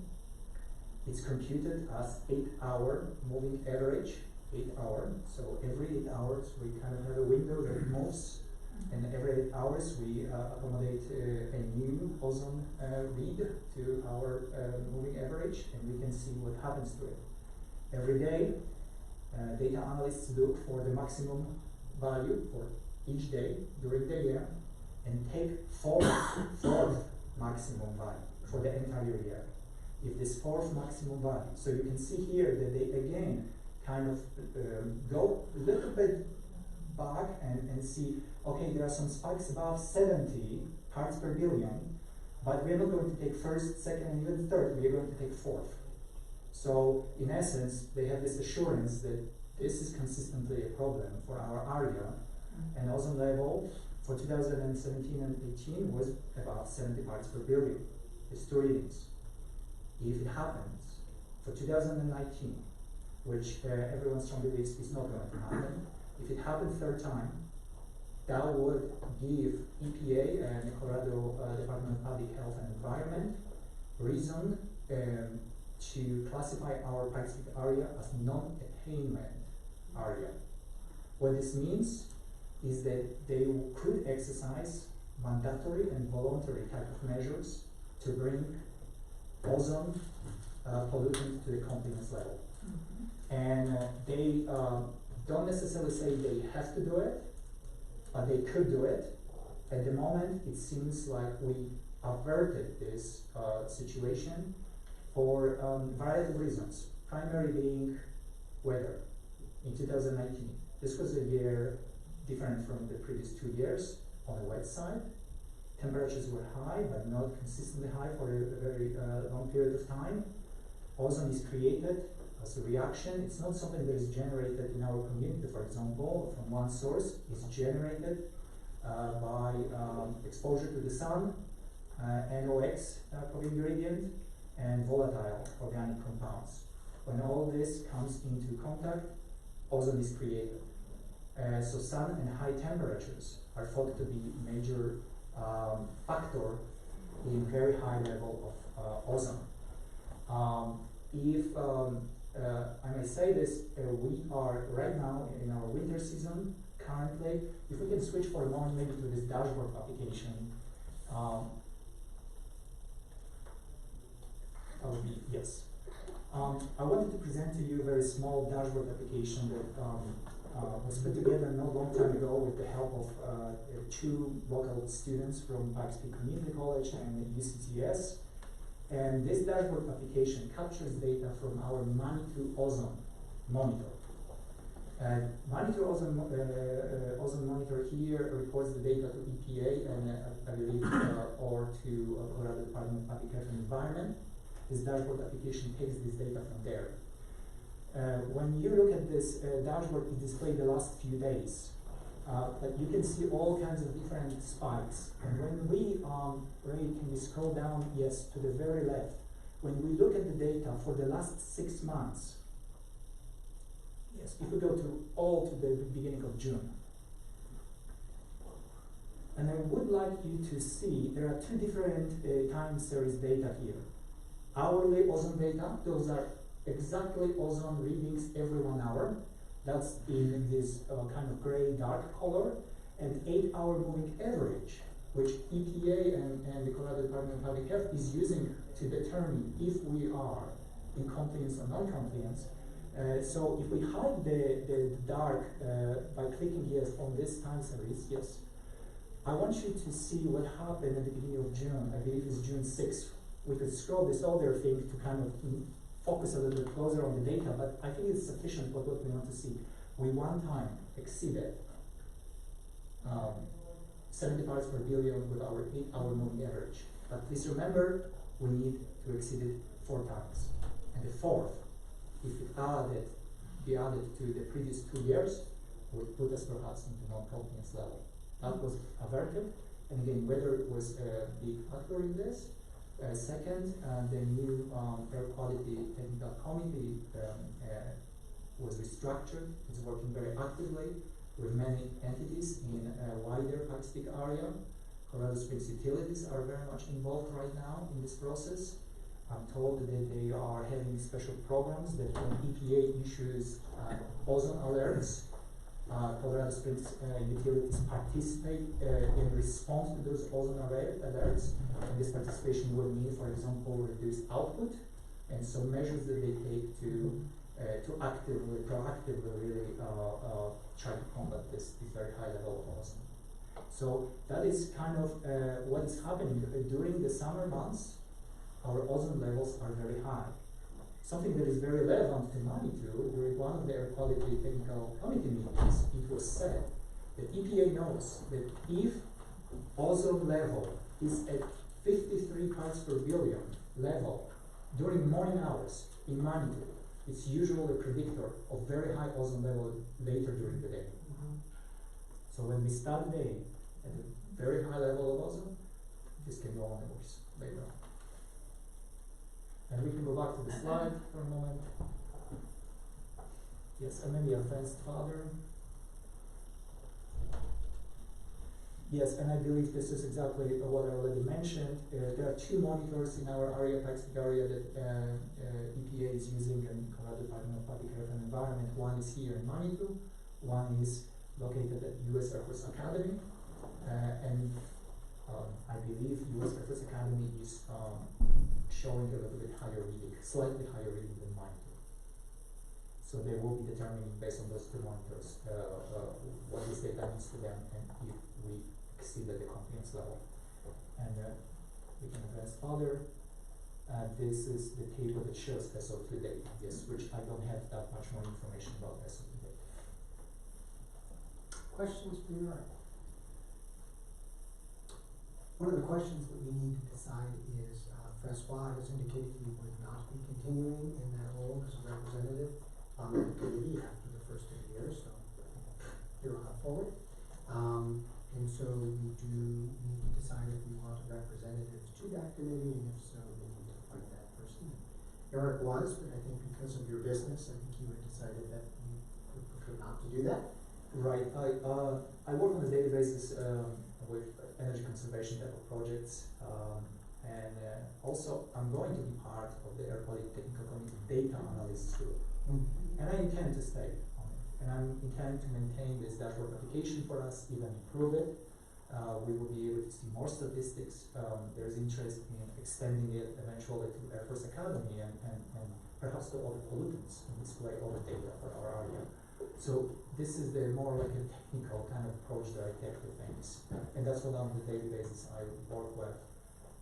So you can count on me. I'm going to be there if there are any questions. Yet on the policy side, you'll be in the subgroup of that, or the technical? I would consider this data analysis to be a subgroup. As a subgroup. Yes. So we would still need someone to represent us on the technical advisory committee. And I would encourage, yes, the city council to work closely with those other entities in our Pikes Peak area, because this is not so much our Manitou Springs kind of issue, local issues, that we generate this from here locally. No, it is thought that a very significant part of it comes from other states. Even it's called international transport, comes from fires far away, and even from locations that they thought when they investigated areas that are non-attainment areas here in Colorado, are in Denver, for example. And when they investigated, they found some of those very high ozone levels came from fires in California, so even from India and China. Right. So I was wondering if maybe Yarick knows somebody that might be interested in it. Seems like it's on. Yeah, it's on. I just thought maybe you would know somebody who would hold interest in representing us, because this is your circle. I wouldn't know anybody. I could say, hey, go do this. So I was just wondering, since you and Francois are, engineers and you run in that circle, if you would know somebody who would want to take that on for Manitou and represent us. I certainly can ask around. I don't have anyone right now. I did ask Francois that question, he did not. So something to consider if you know of anybody, get that information to John. We could And also that should be ask counted. that just be put in the paper amongst all the other Yeah. things that we've got, that we need citizens We can do that. volunteer for. Get us somebody, Jack. There you go. All right. Any other questions for Eric? Any other things on that topic? Eric, thank you so much for being here, being here for Francois. We will also thank Francois at some point as well. All right, we'll call item I3, which is discussion on ordinance 2719 task force. I would assume the council's pleasure, since we did not pass ordinance 2719, is to either postpone or table that item. Is there any other comments anybody would like to make concerning this item? I move that we postpone. All right, there's a motion to postpone. Is there a second? I'd like to comment. You know, mine seen a task force for an overall vision of what all of our needs are, short and long term, and getting a comprehensive ballot initiative to put together for the next council to put on the ballot. Okay. And I don't know if this is something we should do or just defer it to a date certain and put it on their agenda. Well, I think John was going to ask that we not actually give direction on this. He would like to address it, I think, with the next council, which would make some sense, and we can certainly consider that as well. Yeah, I think probably we're looking, going the same direction. Yeah, I believe our, the thinking was that, it's gonna take a while to sort this out, you know, kind of hammer through it, so, with that in mind, I think I'm anticipating similar to last year. If you wanna elaborate a little bit more, I'd be happy to hear it. Sure, this was brought about by a group of people who really wanted a certain thing. There are lots of certain things in Manitou that need money. And when you start only talking about one thing without talking about all the things, then it's very easy to say yes to something. And I think that having an open discussion about all of the things, Ms. Howell has some things that she is looking for money for that this town needs. There's nothing there, no comprehensive idea about how to solve some of these issues. This ballot initiative was about solving one type of issue. It wasn't comprehensive in nature. I'd love to see something more comprehensive in nature. I'm not against, at a high level, I'm not against any of the things that were in that ballot. Just balanced against every other need that we have, that there could be a more comprehensive approach to everything. And I just didn't see it there. But I think that should be top of mind when you guys get together in January. Okay, Any other feedback for John? Yes, and this bridges back to our discussion in the special meeting, which is as follows. We have a snapshot that's in that ordinance that structures things with the tier 1, tier 2, the 60% and so forth. Gary pressed for some kind of relief on that. What we could do in that ordinance, and dovetails to the implementation committee, is to this council acknowledge that this is the base that the voters have taken action on this past November. Second point, validating that. Second point is that as part of the implementation team, that both the percentage of the tax and these allocators will be further refined and evaluated with a goal of returning to the voters in November 2020 with those refinements reflected. And if you subscribe to that, the part that would come along with that is that none of the monies collected will be released until that refinement happens. And so that further expands to Jay's idea that the look at projects that we know are gonna be very difficult to fund, like the facility improvements in the building we're sitting in. Gets that a little more prioritized, and then it also gives the bridge to solve what we were trying to solve in the special meeting. You know, not to be decided tonight, but if we could say, yeah, we're willing to consider that next week. Consider what next week? What I just outlined, I'd be glad to work with Gary with a soft copy of the resolution and put that kind of two-step thing in it that we could consider next week. I think, Talking to apples and oranges here. sorry, yeah, the first thing in my mind we have to acknowledge is what the voters approved. Okay, Correct, so that would be the first section. That's what we have to live with, okay? And then there's a lot that can be sorted out underneath that I think has to be sorted out. And we're gonna probably hopefully we'll answer some questions, mitigate some of the concerns of the people who were basically on the con side. We won't certainly solve everything, but I think if people have just had some discomforts rather than real angst over it, maybe we can, take care of some of that and clean it up. Well, I would like to put that statement in the ordinance, that would be part of the scope of what will happen, to set at least, a direction and an intention, for that second part, but, I'm just one of 7 people trying to keep things moving forward. If that also doesn't work, that's fine with me too. All right, the topic is whether, the topic of the discussion is whether we would form a task force. I think that John has indicated that, he would look at doing that after the first of the year. Yes. Unless anybody disagrees with that strongly, it sounds like that would be the direction that John would take, and he's gotten some input from the group. Right. Obviously, we'll get some input from the division. And certainly more input is welcome. Okay, anything else on that topic? Okay, all right, we'll call item H4, consideration to limit the length of time the council meetings are in session. You're welcome to stay up here talking about that. I'm sorry? No time to talk to late, no, sorry. No comment. We have 20 minutes allocated for that. Anybody have any questions about the research I presented? The only question is why? Why? Well, there were some con things in there, and I must say I didn't want to kind of muddy the waters about my own con statements in that particular article, or the memo, as it were.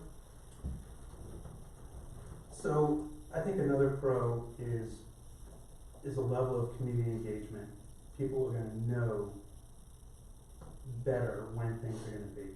I think in the last 6 months we've done a much better job than we did in the 18 months prior. But even going back to 2 years before that, they're just way too long SPs. And it's not just that they're long.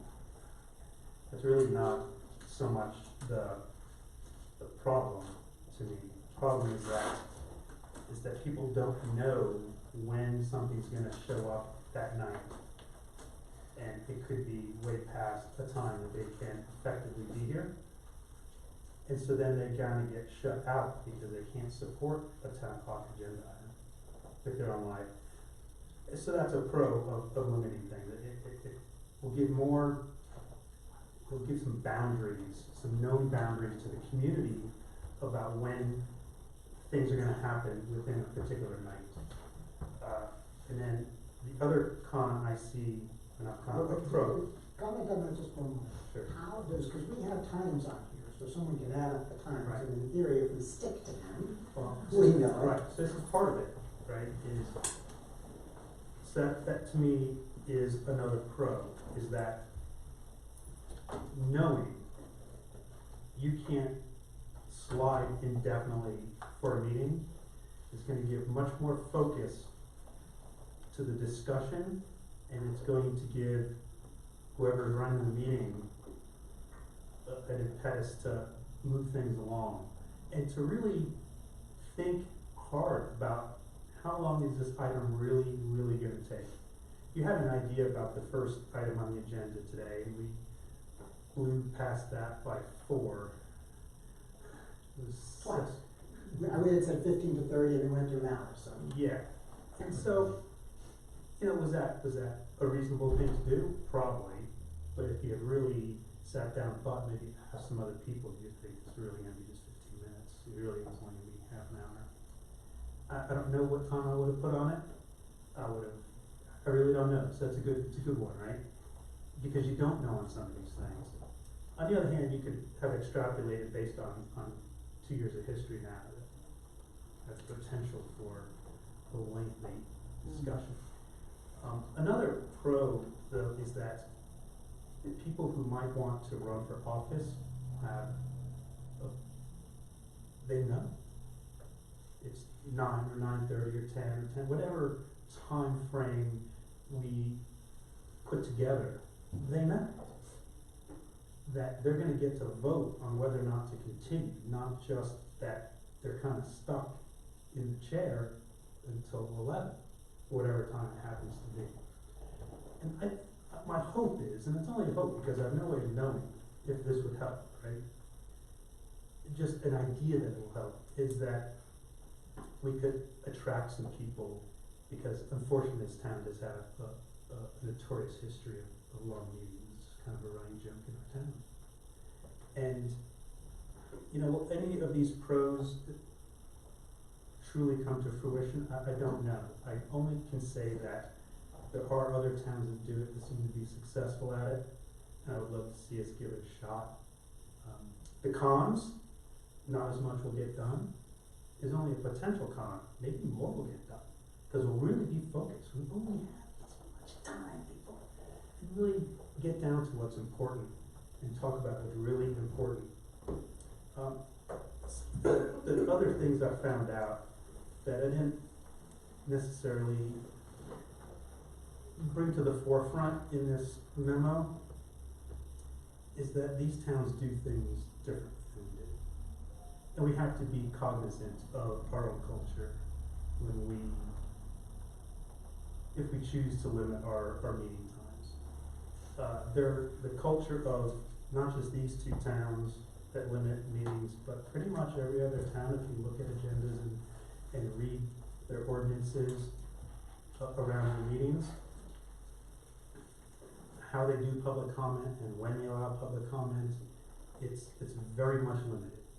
And we're an outlier how we do things here. And that's fine as part of our community. And that's okay. I'm not saying that we should get rid of that piece of it. It makes us quite unique, I think. But on the other hand, we could also look at doing this to see if we can have some gains in these other areas of engagement on both sides of the dais. Get more engagement, people wanting to be up there, and more engagement by people having a better idea of how long they're going to be sitting in these crappy chairs. Okay, I can't speak too much. Other questions, comments? I'm just gonna say, I agree with Jay on this. The first 4 or 5 years on council, I remember 12:30, 1 o'clock in the morning, and we're sitting here. And to be honest with you, at about 9:30, I checked out and couldn't tell you what happened the last 3 hours. And so we were notorious for that. The last, this council, we've gotten a whole lot better at doing that. But I have to say that it's like anything, even at work, we've got project meetings and we've started policing ourselves to where, okay, one project manager wanted a 2-hour meeting. Well, they would say schedule for 2 hours and we hadn't stayed 2 hours, even though we quit talking in 15. So now we got realistic where we set guidelines to where we're having meetings for 30 minutes and we're getting as much production done as we did with a 2-hour meeting. So I think this is a really good thing for council, and granted, like you said, if this group stayed together, we probably can get better because we've been here on great times. But I think to give a structure, like Jay said, for the public and everything else, and something that the council would have to adhere to. You know, it's kinda like back in the day when Marcy was here and I was on the other side. You know, come 9 o'clock, meetings are done, it's time to go home. I mean, I've seen it happen. And it wasn't bad, but I think that's somewhere that we would help future councils kind of time manage, and I think that's what's happened, that what needs to happen, so. I think that one of the big concerns I have is that we don't have people stepping up to run. And I think, that this would be a message to the community saying that we recognize that it seems too daunting to serve time-wise, both on the night of meetings and perhaps additional time. And it would be a way of saying we're trying to address that. But, you know, I think it also dovetails nicely with the idea that we're gonna have a public information officer, hopefully, theoretically. Because if we got those two things together, and the public started really understanding the basics of what's happening, and that information was clear, a lot of times what we spend time doing, either as a council person on outside of meetings, but even in meetings, is just explaining the code. When, I mean, I can't tell you how many times on social media I watch, or next door, I watch people reel out of control, and I try to stay out of it, but eventually I'll just post the rule. I'm like, this is the actual municipal code. You guys have all just gone way off the deep end, but I know you didn't really know where to look for that, and I get that. Nobody told you that. Nobody said to go there. And I think this is just an attempt to get, I mean, from 2008 to 2012, we had people on council that was a more diverse group, age-wise, always. I just feel like people with children in this community, someone from council with young children should be on this council, and we don't have that, because I think they just think, I can't do it, I can't do that in volleyball, and basketball, and banquets. I mean, you know, I gotta say, my husband did it when we had middle school and high school kids, and he could do it. He could make events, sometimes he had to come short, but he could make them, and he could still be home by 10. I think it's possible, but I think our community's given up on this, because we've had too many midnight meetings, and they're like, I'm not onto that. So I think this could be a way to message to the community, we acknowledge that, we're gonna try to do better, and if we start getting that basic information out there, it'll build confidence in our community, but I think it'll build confidence for people to run, because they'll feel like there's a good mechanism, that I'm not gonna be spending my entire email going, okay, this is basic, it's not, and I'm not saying I mind doing that at all, but I'd be able to focus on other things more if I weren't doing as much of that. Yeah, one of the things I really liked about this was dinner. I don't know how they do it. But I think, a public invited to, not necessarily a local homeless person, but they know they could get some light eats or something, it would make it doable. I don't like the idea of saying, we're gonna get all the business that needs to be done in this amount of time, because you never know what's gonna hatch open. I wouldn't mind offering the community more of a public engagement. When Peter Block came to town and did this whole community thing, his base message, one of his base messages was that we just need to talk to each other. We didn't get a chance to talk to all these guys who would just come give me a black eye tonight. And they weren't able to do it. They went outside and made a bunch of noise well, we kept on. But where do you allow that to happen? Some of these people in my neighborhood, I'm gonna have to let go, hey, this is what I think about it. And if I don't have a chance to have that exchange with people who are in my neighborhood, they're gonna carry this bad feeling, for years ahead. So there is some issues with how we are doing things. I don't mind having we're gonna be done by 10. But we might not get all the work done. The work's gonna have to have some way to roll it over. And if we consistently don't get work done, you can see this shooting out into so the next council goes, oh, holy smokes, they've got 5 weeks of backlog that I have to pick up. I'm not running for council. You know what I mean? And I think we've done a really, I think we're handing over a pretty, there are some messes, but it's pretty clean compared to when I started on council. Certainly compared to when Gary started on council.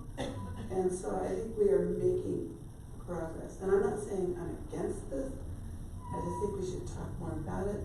The food aspect, you know, oh, we need some chocolate. That was brilliant. And it's like Nancy cooking on open space and making bread. As soon as she left, nobody did it anymore. So, I mean, this is something that maybe we should fund. It doesn't have to be mainstream palm oil BS chocolate. We could do something good. We could pass around our restaurants like, okay, it's Adam's night, and they're gonna bring us just something that, you know, and you start earlier. Maybe we open the doors at 5 o'clock. People can come in, look at the agenda, they can talk about it. Meeting starts at 6. They have time to like process, and then you start the meeting. We've heard a lot. They've heard some. Maybe they've had a chance to read back, whatever it looks like. But I don't think we should just say, this is, I mean, that's never felt right to me. This is 15 minutes. I'm like, BS. What if somebody has an issue? You know, just, oh, sorry, we're out of time. Too bad. You know, how does that fit into this? So we're about out of time. I Yes. time down. Well, I'm done. Pretty close that we're about out of time. How would you like to handle that? That I do have a comment, and that is, first of all, I think that running a meeting is a tremendous skill that has to be learned and practiced. And I don't think putting a timeline on somebody to do that is necessarily a good idea. I think having a stable city staff will go a long way to being able to make our meetings more efficient. Thirdly, I think that the new council should make this decision, not this council, because I think it's the council acquires its own culture. And so I would like to not act on this.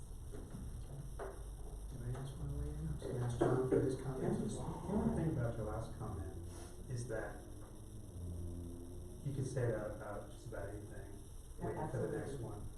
And it's not just about the next council, it's about the one after that, and one after that, and one after that. So I don't look at it as putting an onerous burden on the next one. I look at it as changing culture for the next 20 years. And some of these things, it was really interesting looking at all these different towns, trying to find some stuff, and even our own town. Some things are in charters, and some things are in ordinances, and some people just do this whole thing as part of their culture as a resolution at the beginning, and there's nothing in their charter or their ordinances, so Right. lots of ways to go. I personally don't It's think been there's a need interesting. to do a resolution. I think that you can operating, that each council can establish their own operating rules. So I just think it's overkill to do a resolution on this. So we have a couple of questions. Did you have? Yeah, just very briefly. Number one, I think it would be good for us to pass on some structure, and of course, next council can change it, but at least we've given them a structure that can be changed. Secondly, another population, but think about it as staff from the standpoint of these long meetings. When I see staff in here beyond 9 o'clock, I'm just like, this is not good, this is not a healthy period. So I think there's another constituent we should be thinking about, not just the younger council members who'd like to attract our employees and making that environment. And I do like this idea of having a dinner, but what I would suggest is perhaps it be something like on work session nights, council gets together at 5:30, just council has dinner. Because frankly, I think part of our getting stuck is we don't have enough informal interaction between ourselves. We come in here, and a lot of times like tonight, and I'm just speaking for myself, I had no idea we could have a special meeting the way we left things last week. And, you know, that was pretty daunting to step up to, okay, we got an ordinance, now what do we do at this particular moment? You know, it was awkward. I mean, you want to have a flow and informal aspect. I was very fortunate to reach out to the administrator. It was a 30-minute call. We covered a ton of territory. And we're not necessarily all accessible to each other on that basis. So I think the dinner idea a work session might be a good one. It's just, you know.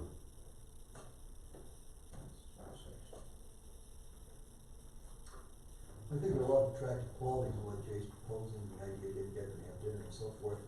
I guess my thought is that one of the first things the new council should do is to sit down and we should figure out our rules of conduct, how we wanna do things, have that chat, and as part of that, we could perhaps address the question at that time. So I guess those are, you were the That would be so there are two questions here. We wanna move forward with this next week, that's the question, and you're suggesting that the new council take that up. And then the second question is the form of what we would want to move forward. So two issues that I'm hearing. The form of it and the timing of it. I did not anticipate us acting on anything. There's not enough time. This requires a lot more discussion. Yeah. Be careful about your rules of, what did you call them? Conduct. Rules of conduct, because unfortunately in our charter, we have to go by Robert's rules, and nobody reads a 600-page book. So we might end up changing our charter to be a little bit more flexible in our resolution every year. Not just, it's even in our charter about what day of the week we meet. You have to meet Tuesdays, you have no choice. And see, it's a broader discussion really about how you want to structure the meetings in this town and what they can look like.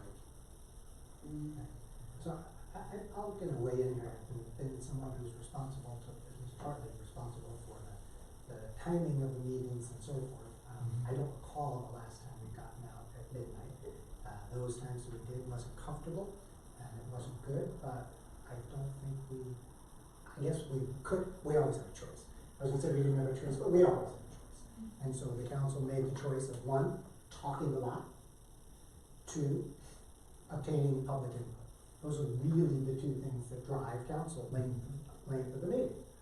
We want to cut off how much people can talk, which if you talk about other communities, that's what they do. You got your 2 minutes or your 3 minutes, and that's it, period. Thank you very much. And most of them don't allow comment at work sessions. So if that's the tone of where we want to go in this community, go for it. Personally, having lived here for 40 years, I don't think that's our community. And I would hate to see council do that. So the only two things you can do are limit the agenda items, which we've been definitely trying to do, limit the amount each one of us talk, and limit the input we get from either staff or the public. That's it.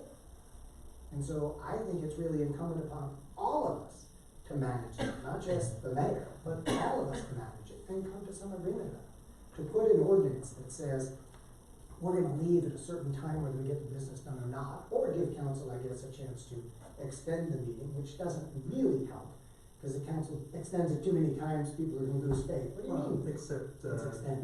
except this is a time certain, all these ordinances, you can only do it once for a half hour.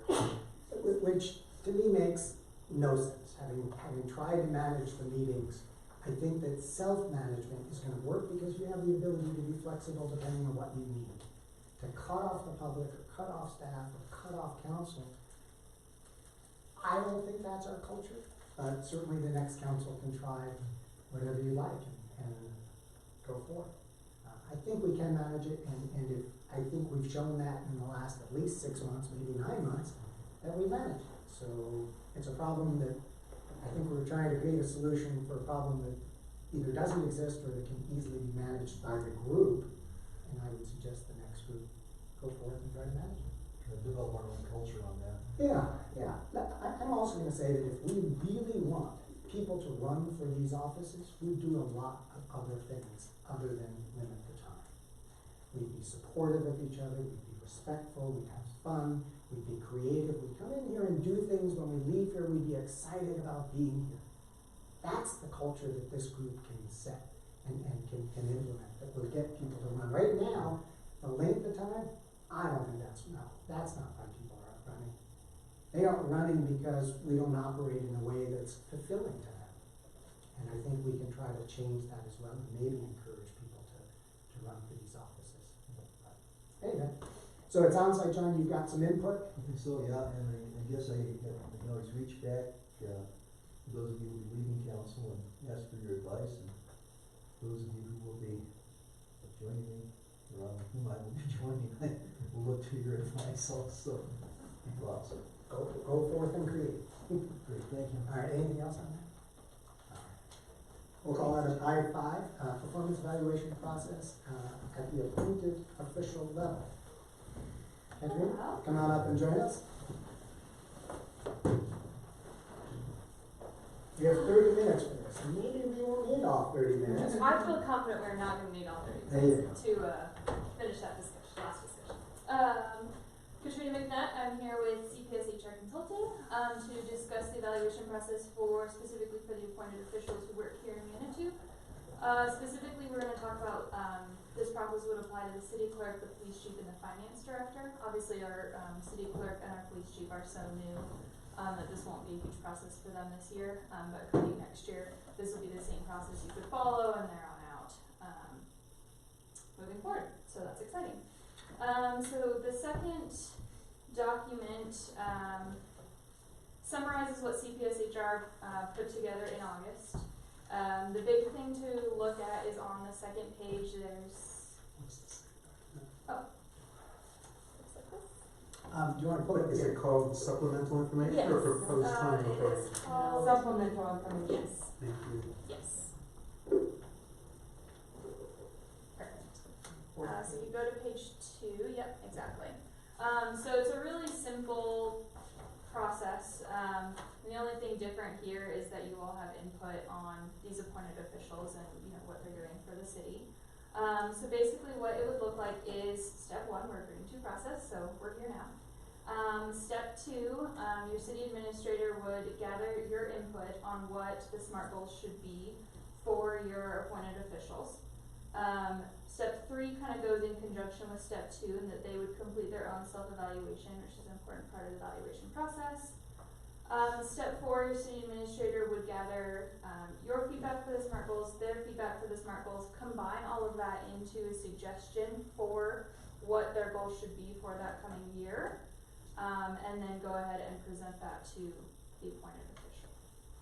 So it's a pretty straightforward process, and the big key here, I think, is that our suggestion is that council really trusts your city administrator to have the dynamic with, you know, these employees, because at the end of the day, they're in their day-to-day operations, they're seeing how successful these goals are on a day-to-day basis, and they should be having a conversation with the city administrator, you know, somewhat formally in segmented times during the year, to be a more formalized process. But as you go through, I mean, the ideal is that you're meeting with these people quarterly in a more formalized process, and so on and so forth, which is something we'll add to once you formalize your annual process. Any questions about those steps? So that's really the crux of what it is. I Yes. think we're trying to agree to is this. Yes. Chart. Okay. Oh, I'm sorry. Jay? Yeah, so after the CA completes performance evaluation, I don't see circle back to city council. There would be so she would present to the appointed official, and then you could add a step 6 where if there were needed discussion, there could be, but at that point, she would have already collected via step 4 any thoughts you had for the appointed official, and the only discussion that would need to come after step 5 would be if for some reason that discussion went vastly different than everyone's expecting it to, which is incredibly rare. Do you envision step 4 is a council as a whole, gives feedback as a whole? Yes, so step 2 would be gathering, and actually. No, we're gonna look just at- step 4, just council's input. Strictly council. Step 4 is after everything's happened for the year. Correct. No? Completes performance evaluation. Did you meet your SMART goals done, step 2? Step 4 is I read it, CA gathers feedback including from city council and completes the performance evaluation. Correct. I'm asking you about city council. Is the council gonna sit as a group with the city administrator? to talk about- So what would happen is, if you look at, there's an input form.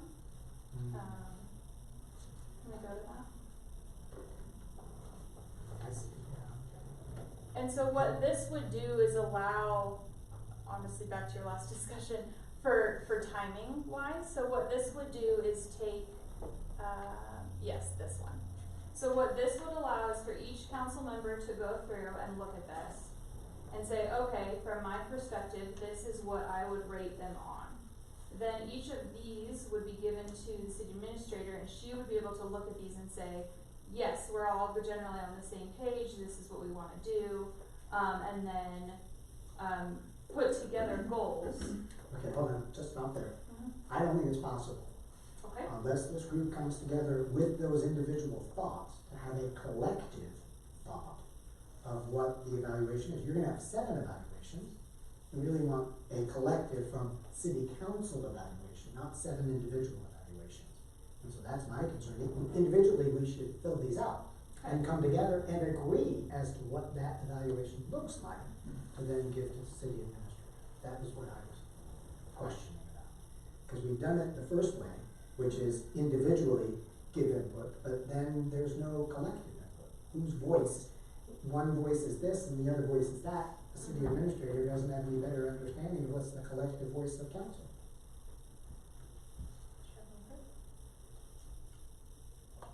I think we can do that.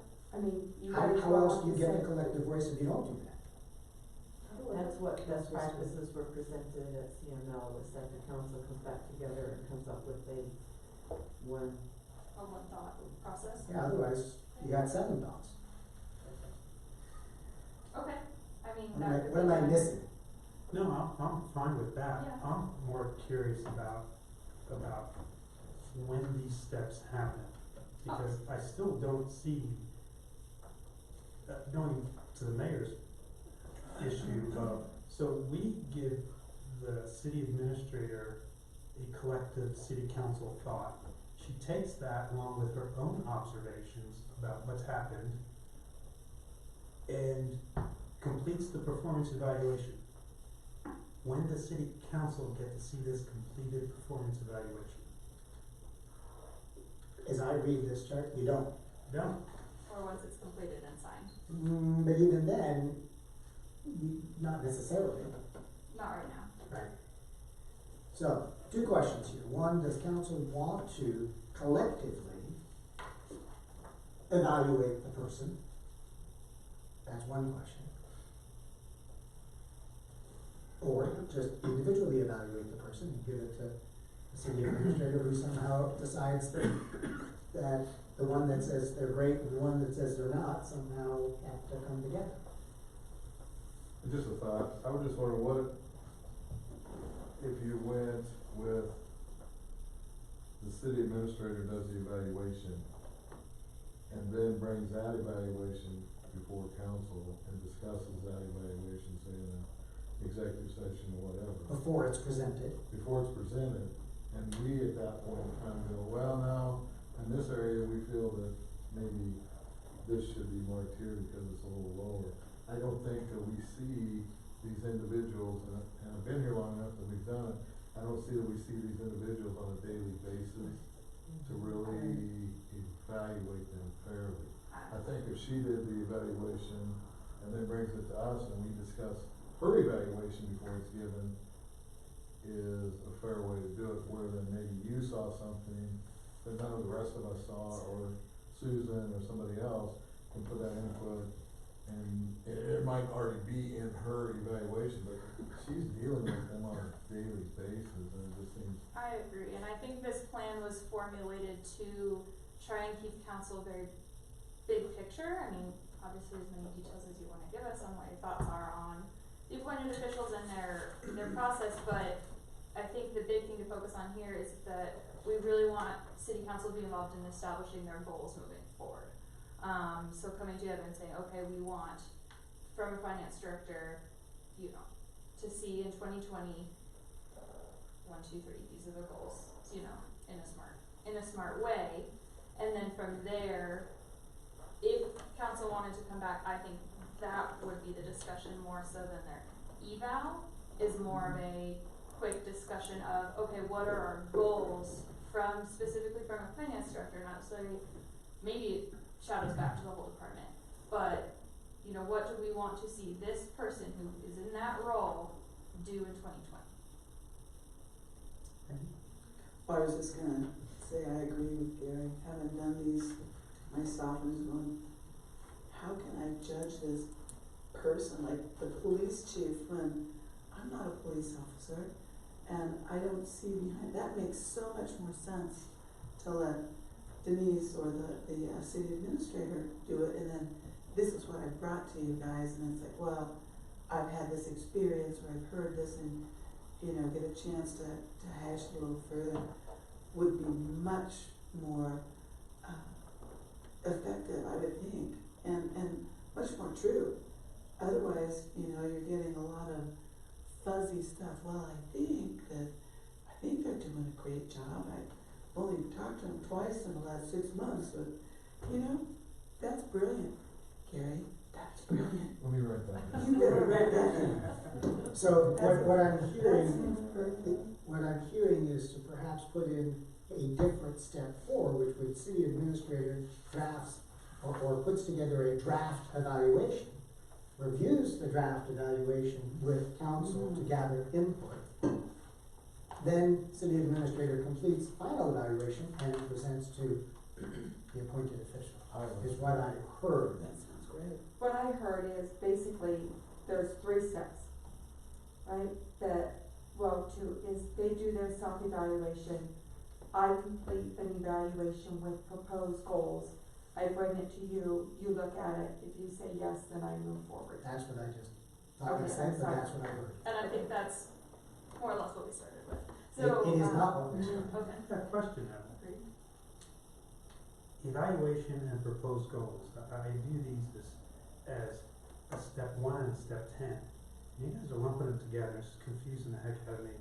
I don't understand it. So right now our evaluation process does have both, for all employees. So, they're obviously evaluated on their past year's performance.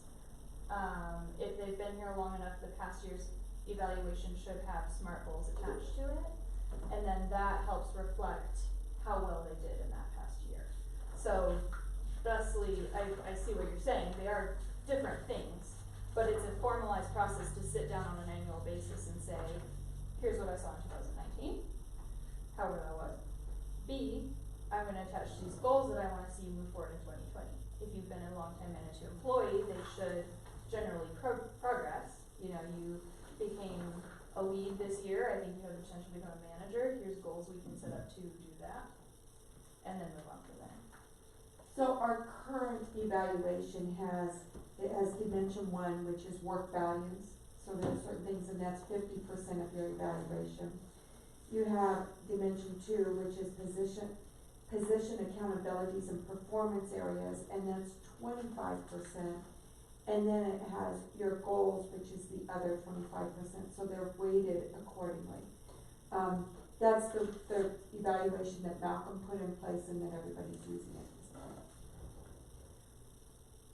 So are the goals, 2 things, are the goals, when we do the evaluation, you're looking retroactively at the goals that were set 12 Right. months ago? Right. How do Do you plan to, at the same time as the evaluation is done, also have them come in with their goals for the next 12 months?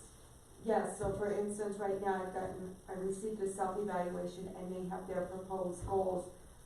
Her and I will sit down and talk a little bit, and then I'll come to you with what I think would be ideal proposed goals, and you only have 3. We only have 3 SMART goals that we're really looking at. So council can weigh in both on the evaluation the past 12 months as well as on ensuring that the goals are fit within the priorities of the city for the next 12 By what months. you guys have put together, that would be. My other question is that this addresses direct reports, and I would like to see something, you know, flow chart like this with dates. I mean, we've got the dates for Becca at the end for the city administrator, because that process would be somewhat different. Yes, and that is there. I mean, you describe it, but you don't, you know, it's a whole lot of words that could be very quickly, summarized, coalesced into a graphic. Sure. The other feedback I've had, when I have seen some of the goals of employees, I don't think they're nearly as robust as they need to be. There's like, really? you do this in a week and you've accomplished your goals. I think they need to really be more flushed out, would be my input, at least from what I've seen in the past. I've seen both. I've seen a few good ones reviewing 2019s and some that I don't even think were necessarily goals. So that's a learning process for them, people need a lot of education and training in how to write good goals, that's not an easy thing to do. The other thing that's not necessarily in here, and that is, and I'm hoping it will be developed in here, is the customer relations and citizen relations. And so as long as you're trying to get feedback on and measuring that, you can put that in here, but the question is, where do you get that feedback?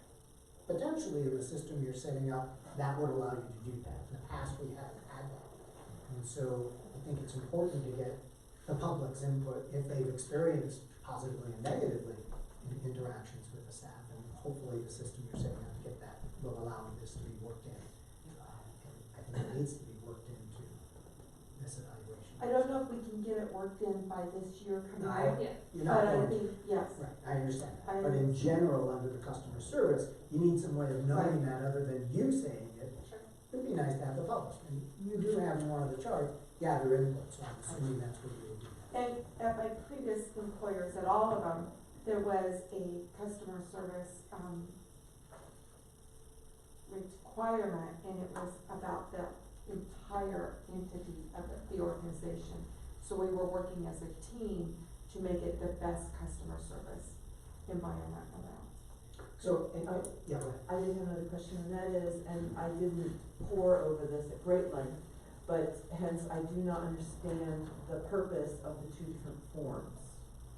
So the two different forms were to be able to not have to have you sort through the weeds of the second one. So it was, the first one was purely for city council, Yes. but, which I like, it gives some structure Yes. to thinking, but it will not, basically will not go anywhere, it'll just be for, like a worksheet for us then to provide our input if we go with this system that we just proposed. Exactly. Okay. It'll help consolidate all the thoughts. So let me see if I've heard the system. I think Denise expressed it one way, I expressed it, I think the same way, but slightly different. So, number one, city council agrees to the process we're doing. You guys, John, may change the process, I don't know. Number two, the CA gathers input and sets SMART goals, for the appointed official. Three, the appointed official does a self-evaluation. Then number four, CA meets with city council to gather input concerning the evaluation. You already presented to them the draft, and council is then weighing in on that draft. I haven't presented to them the draft yet. I would present the draft to you. That's what I'm saying. Okay. You are presenting the draft to city council. Right. Gathering input from city council on that draft. Right. And the goals. Yes. And then moving on to step 5. And then I would Is that present. what everybody heard? And both the evaluation as well as set the goals for the next year. And the goals, yes. Right. You will present to council the goals and the draft evaluation, Right. get input on both, Yes. Awesome. okay? So, yes, So I would so very you'll good redo time. this to reflect that? Yes. And will we be putting this into our personnel? How will we codify this, so to speak? It should become a standard operating procedure. So we go into our personnel manual? It'll just become an operating procedure that falls under human resources to help manage. Okay. I don't, And is it something council adopts? I think it should be. That's our process, we should. I think so. So I you would think it adopt helps, I think it helps the Met moving forward, and if you have long-term employees, that creates consistency. So we would need to adopt it by resolution. Okay. And so we need it in a form that we could incorporate by reference, however you do it, to adopt this standard operating procedure by resolution, presumably. By Next year. No. Well, Well, how about we do this? How about we agree that we're gonna move forward with the one evaluation we have for this year, using the process we have. Then we will let the paperwork catch up to do it more formally. Okay. Does that work for Yeah, everybody? that's good with that. Yeah, does that work? And I just wanna reiterate, we also need to, given the words, but lay that out for the city administrator, because it's a slightly different process. Yes, we owe you a graphic Yeah. that would follow the city administrative process. Right. in the Then same. we need to change this. Yes, Yeah. yeah. Okay, so do you have enough to move forward with the, I've got some comments at some point. go ahead. Two things. One, when this starts the first cycle, I understand the combined performance evaluation, now here's your goals for the next year. But for, our new hires, maybe even for Becca, it strikes me to jumpstart this, council should be involved in that step two is a standalone thing, as you come to council and say, here are my goals for these individuals, because that's, it's gotta be jump-started somewhere, right? So it needs to have, the beginning year is different from the continuing year. Well, when you do the evaluation, it would have the goals for the next year. However, we do have the chief that we need to get goals set for, and the, city clerk that we need to get set for next year that I need to run by you. But I Okay, so will you'll tell do you, that that this will time. be January, is Yeah, what yeah. I'm thinking. Good, okay, that point. So it will be our new council. And then on the, I'll make a comment, I believe, well, I do know, in the employee handbook, there's a part toward the end that says that for these employees, there'll be a different process, because we made a point of doing that, just say. Correct, this is not the same So- process that is. Yeah, so it says right in there, it refers them as employees, the fact will be a unique deal. Then the last point is that what I see potentially missing for our employees, which is very important in my opinion, is what's their personal development plan. That's pretty standard Yeah, that it is employers right. are developing their staff, and they want their staff to know their personal development is very important. You're right. We got goals and we've got, how did you, your actual day-to-day performance, but we had nothing about what you're gonna do to develop yourself. What does that Yeah, mean, I think- develop yourself? In what way? So, I'll tell Well, you. where do they need development? Our company Go ahead. company has an overall company goal to get a certain number of people Amazon Web Services certified, or at different levels. And so they've actually coughed up some training dollars for some people in this next quarter to take classes to get a certification. So develop my own skills so that I can add more value to the company and to my company's partners. So it may be that they get a 3 on communication, and we really want them to get a 5, and so it may be, we would like for you to attend a communication class, you outline that class, and it gives you that professional development, and that is, I think right now there's been some combination of that's fallen into goals, but I think defining that a little more structurally is a good idea. Yeah, on that I would like to strongly differ, which is the goals section should be goal alignment with the function that they're performing. This is a totally different section, personal development, pops right out. I agree, I just Okay. think right now, Yeah, from, but- past years, some of the goals have been, Commingled. yeah. Yeah, so could we please do that? And Gerald, let's get Bob, the other side. That's it. Okay. So I need to understand in the course of a calendar year what the timeline is. Because for our appointed officials, some of their goals are gonna be tied to the budget, which is already happened. And so if you're now, it's almost de facto what their goals are, because the way you spend money. Or they're not able to do personal development because they didn't get the budget. And so I want to know how the evaluation process, where in the calendar year this kind of stuff is falling, really for everybody. Because to slam it into December, I think is too much too late. well, most of everybody is gonna be doing their evaluations in January, right? So they have the budget set at that point. We also have year-end budgets, so we know if there was a performance, we should have closed December. So if it says that you need to stay within budget by a certain percentage, we have those numbers by year-end. So most of the performances will be given, or the evaluations will be given in the January timeframe. When are their 2020 goals? At that point, And I'm saying that's too late. We've already set the budget. So if a goal is for public services, to have 50% of the people have CDLs, and we're gonna pay for the classes and pay for the CDL, but it wasn't put in the budget, it's a busted goal, right out of the gate. And so, I don't understand, to me, it's just entirely too late to me, I can't understand this, please. But no, cause you set the budget in December for 2020. Right.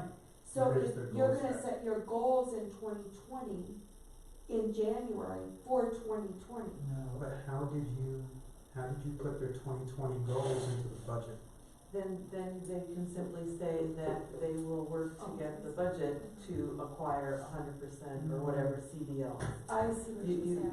I see what You you set the goal based on where you, I mean, I don't see that as a problem. In October, if you want to have a department hit certain goals, it needs to make sure you budget for it. Hey, why aren't we starting these evaluations in the fall? This is my question, is where in the calendar year, and are we doing it the right way? We And I can't- could be out of scope for this, and it's just something you guys think about, and it's just how you guys start operating differently, and it could be out of scope of this meeting, but, I can tell you, PPACG, we're evaluating the executive director. And we started it about 6 weeks ago. Which is the end of the year. And we're gonna end up tomorrow adopting the evaluation. Right. That seems to me to make some sense. Right, which is towards the end of the year, but you don't know, I understand. Which part wouldn't you know? But here's what you're saying to start in October. End of the year, finish it up December. Right. I'm So, but saying, you're saying start when? No, same time, as long, I don't care where you start, as I'm long as you saying- get it done by December. But goal you're saying setting, it's gotta set up before the budget, I'm sorry. I don't care about when you evaluate what the performance has been, but if you're not setting their goals Budget. during the budget season, how can you know what, if there's gonna be money to hit the goal that we want them to hit? That's my Two question. separate issues then. Yeah, Here. Right, you can Yeah. evaluate their, more toward the end, but if you're not goal setting earlier, I think you've missed the budget boat, and you're gonna put yourself in a corner about what the goals are gonna be, especially these high level people. So two things we need, it sounds like we've got the process okay, what we now need is the time frame. And maybe come back with a little bit better layout, we have a time frame in here, but I think that's only pertaining to this this is only one. for background, cause we've So got. maybe come back with a timeline of what this would look like, let me just see if there's consensus of this council, that you'd like to see the goals, we'll separate them out. The goals set around budget time, or consistent with the budget, or how do you wanna phrase I that? think it makes sense. Something like that, what's the pleasure? I think, again, that if they set their goals in accordance, first of all, you've got two options. You can set one of your goals to, work on getting the budget that you wanna do. That makes you think 2 years out instead of just 1 year. And two is, if you establish your goals in accordance with what the budget is, then you are automatically doing it in accordance with council's priorities. So I don't see January as a problem, to do it. You think a little bit longer term, that's all. Wouldn't you, by definition, when you talk with the folks about budget, aren't you implicitly talking goals? When you talk about budget? This would. We're talking follow about this. departmental goals, right? So I'm talking more about the departmental, what do we need to get accomplished? So it's more of a departmental goal setting, or how are we gonna move forward? What does that look like? What do we need to get done?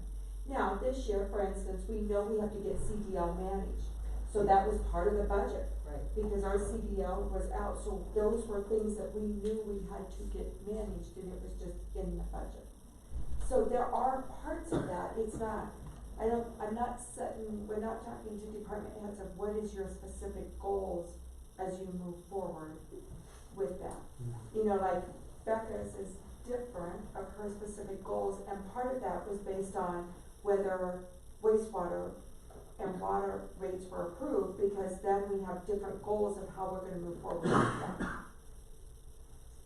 And that is one of the goals. Let's try to wrap this up, let's see, Okay. so we have some definition of the circle process, of what that's gonna be. Yep.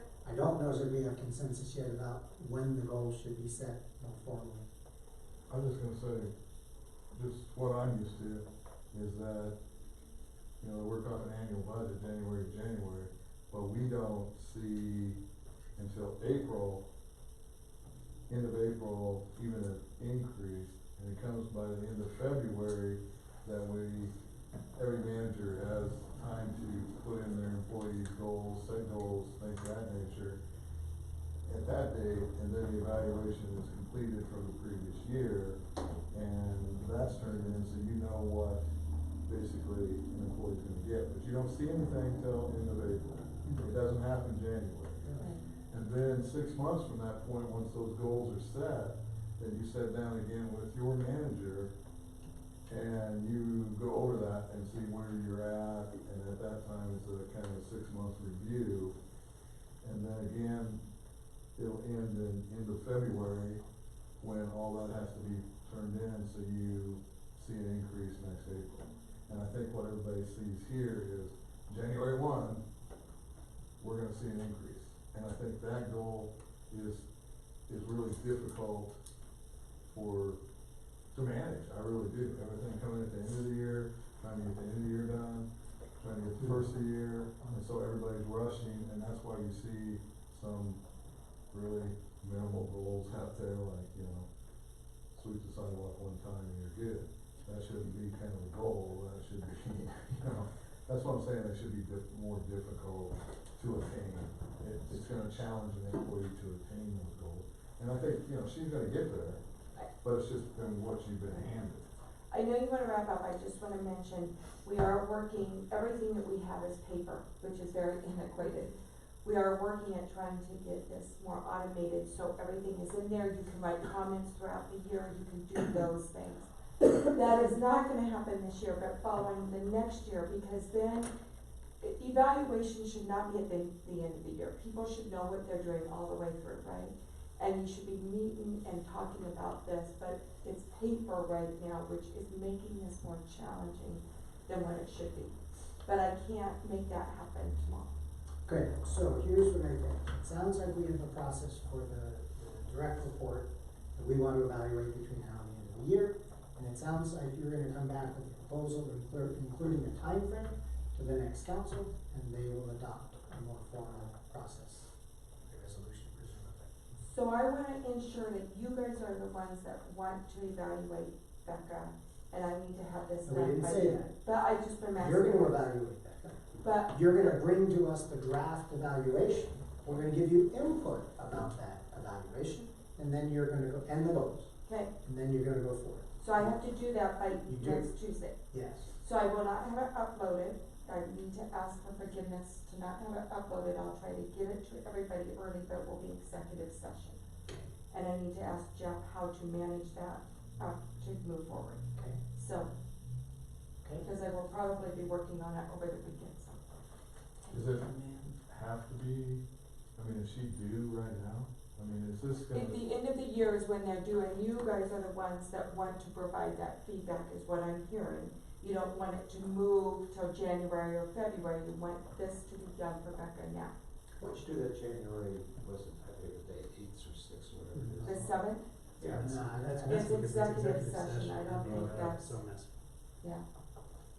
Why was it messy? Because we have a meeting, an executive session, everybody leaves, and then we end the meeting and everybody comes in and, I don't know, I consider that. So we do the executive session first, we can do it early. I mean, I don't see the point in putting the city administrator with what else we've done. Were you not? Did that, I'm okay not, this pressure. I'm okay not doing it. I thought you were planning on bringing it to I us. can, I'm trying to make sure, what I was doing on the 17th was, you guys were gonna give me feedback, so I was gonna start going, right? I will get it done, I'm just not gonna get it uploaded, that's all I'm saying, by tomorrow at noon, I'm not gonna have this uploaded. Okay. And are you guys okay with that? Sure. That's Okay. fine. I'm okay to say, to not, me, one, not be involved with it, and let 3 of the other ones who have history Probably move Councilman forward. Smith. I mean, I don't see you rushing something the whole weekend. Yeah, I'm exactly. trying to I don't get see I it can working do all that. weekend. Well, I know you can, but I'm just being nice. It's Well, holidays. Yeah, and I will get it Go done. ahead, Nancy. No, I'm kind of astounded. We've had lots of discussions on this council about the finance director. And it's our time, it's a perfect time, as I see it, to kind of not only practice the process that we're going to use, but to have this council be able to provide some feedback to Becca, which I suspect that she would greatly appreciate.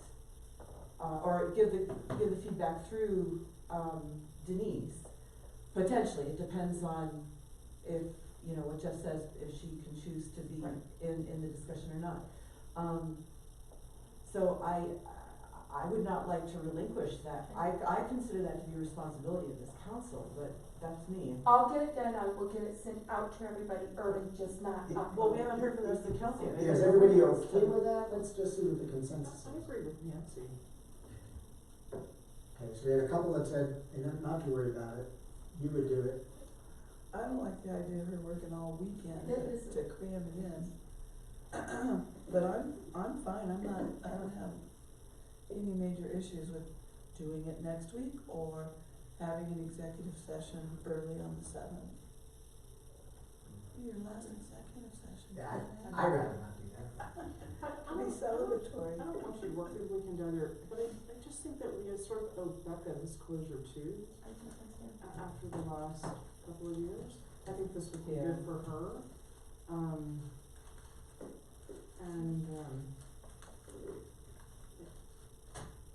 Okay. Okay. I just want her to upload it, so please, okay. Okay, anything else? The prosecutor. Well, we'll call that Oh, in a minute. okay. Anything else No, on this nothing item? else with the evaluations, I have my to-dos. That's a good segue. Item I-6, discussion on the process of hiring a city prosecutor. Trina. So this should be pretty short and sweet. We just kind of finalized how we hired the judge. I think it went extremely well. I think we made a great decision. That does leave us with the open city prosecutor, but my advice is that we follow the same plan in a very similar process. We can post the job description. There's a general schedule, a proposed schedule. We had the panel take all the resumes, they chose 5 for the judge. We can decide how many is appropriate, and then from there we interviewed those 5 and were able to make a solid decision. I see it going very similarly for this, unless there's any input. What's your input? You reached out to all of the panel or no?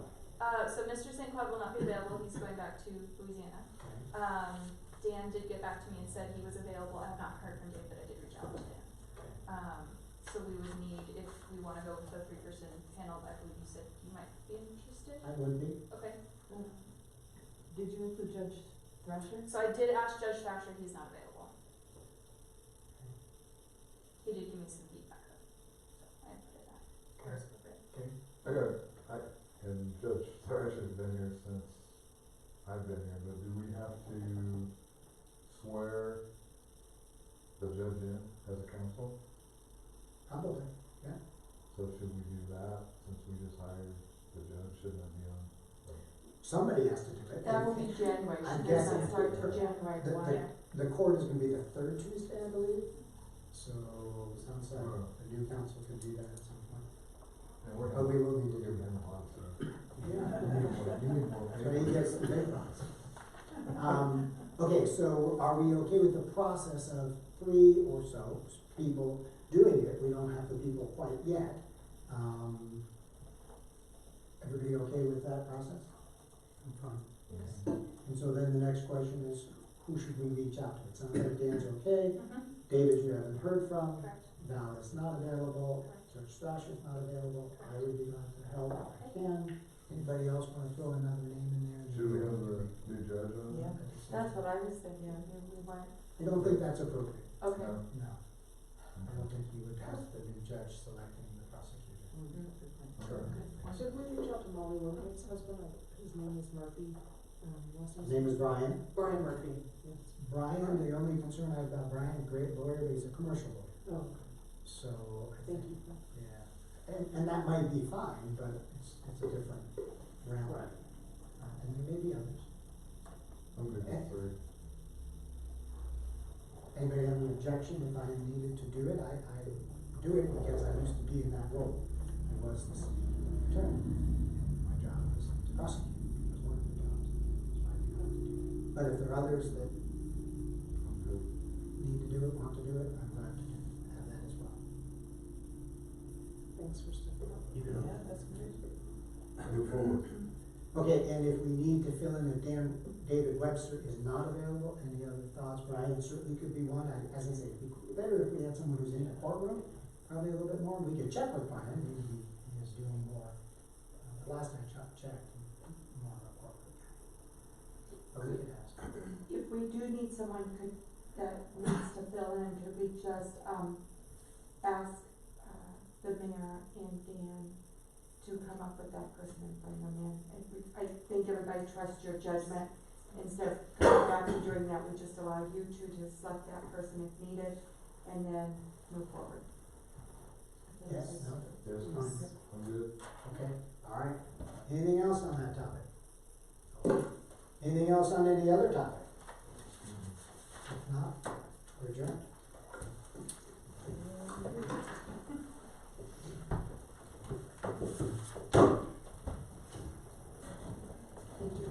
It's all done and Yeah, I have my due outs, so I'll get those ready and send them over to you. 1.5. 1.5. And, yeah, I'm just Yeah, my proposal was only the goal. My proposal was only the goal by six. I know. of course, it's Before you die, you Katrina. Yep, K-A-T, So it's gonna be. R-I-N-A. We'll be fine. And then I'll submit that. There's bullet pointed. I got that. Human resources, I didn't know That's that the easiest way. detail of it, just give us You're welcome. what you can. Please have a nice meal with us. It's just giving them, no, it's just giving them. I heard there was a fight. Parents had acquired something. The kid. Fight. It's a fight. Yeah. Why didn't know the rules? And a choir. Wow. Yeah. Middle school choir. Middle school. Yeah. Over there.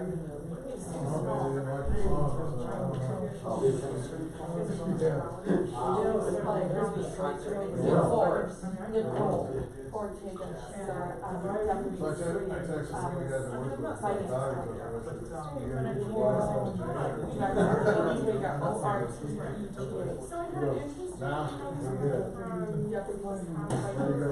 It's a great night when you do a choir concert and you get a fight also. Well, I heard fights at games, I've never heard a fight at a high I gave them lots of pieces. It's like one of the guys who works with his wife and that's our own. You need to know these things about your community. You want to know When there's holidays, choir, Christmas choir. spaces, and all this stuff. Which one has to go?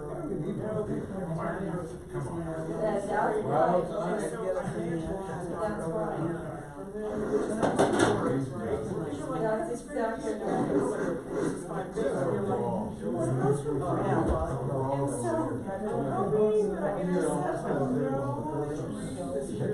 And I said, I'm not, I'm just saying that we have to almost everybody should taking out, that would be next decisions, and then everything we do has some ripple effects, so what's the ripple effect in the if we were to do this? And then I also. Yes. When I wasn't using it. We don't like it. And she's like, I'm expecting something. Oh, well, I'll tell you. So my dad was already like 5 days all the time.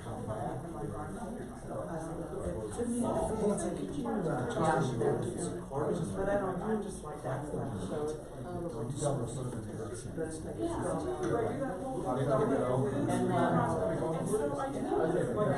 Yeah, You know, I'm glad I guess why we'll do that. and you're telling them what to do with their resources. And granted, there's some resources, we need to right? Because it's a public street there, the community needs to be met, but at the same time, just look at all the struggles.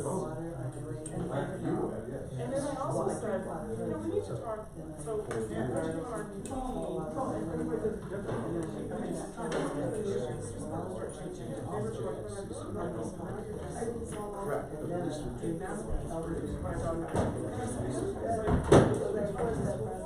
That was superintendent. So you need to have ideas of because we just think about them as a separate issue. I don't know. I'm just right now. Feel better. There you go. Yeah. I would go to the doctor. A lot of times we A report at school, I went to Mother, so it's always kind of top of mind for everybody. But it's the middle of the block. They just say it was middle of the RPP. They say you have to have such a meeting. I never. That's hard too. My only problem is you've already taken a temperature reading. On CPAP, but you have to just run a super strength fever. I'm not running a fever. I mean, that's like really possibility. There's like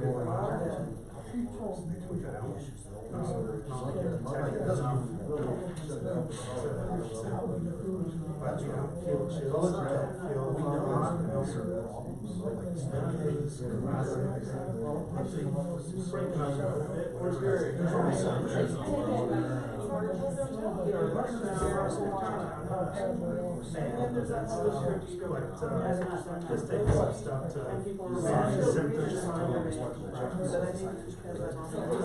briefly the other day, and I said that we have so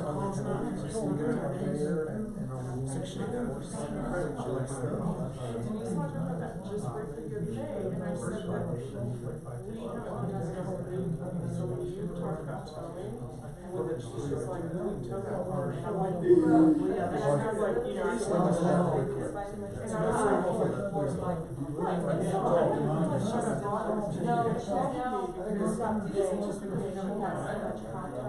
part of the reason why, but the real reason is we don't train you to do that, we don't tell you, hey, you do this.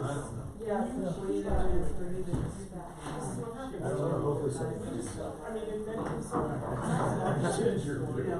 my daughter's friends come back too, without any, no nothing. I mean, there's hard to just go. Yeah, they're sweet, you know, you walk around like that. And so I was just like, okay, this is excellent. And you know, the other thing, But the worst part about it is I never had a chance Jack, is this your phone? to not do it. Right. So And I've heard that. In July, we're gonna have to have issues, and this, and the gentleman Turn on it, turn on it. with like, It's just not me, that's right. Jack, I love you, it's good to see you. Get better. Let me know if you need something. say something. But I would, you know, trip to the apothecary, get some elderberry, some spelunte. And the spelunte is really, if you're not careful with it, it'll just turn you. But it's antibacterial, antifungal, antibiological, and And it works, it works, and he's not anyway, there. it's He's not doing it anymore. that's part of it, it takes away the pain, it's what, So now things have call come that, apart. but it not being restored really throws really sore, and just feels like, for that 1 or 2 seconds. I think we can do it. Knocks it all out. It's killing me. Thanks, Jack. See you later. I mean, so my daughter's on school in downtown Palm Springs. The parking meters, I'm a pretty knowledgeable person. Now, having said that, though, we also have to be willing to enforce. Yeah, I know. I get people know. Even though it hurts. It's going. I'm chasing you down, taking you. Yes, it's. Because it's you. sad, and, I know. but you know what? I know. It's like sometimes we don't do that either, and then. Yeah. Well, then we don't have credibility. Yes. All right, you have a great night. You too. Let me know on that meeting. But I'm gonna be Yeah, very. I just suggested that we all quickly do a meet there, have 20, 30 minutes, where we go bam, bam, bam, meet each other, kind of nail down the issues, and he has some time to think about what I wrote, Okay. you know, and we'll see how that goes. Yeah, I appreciate what you already added.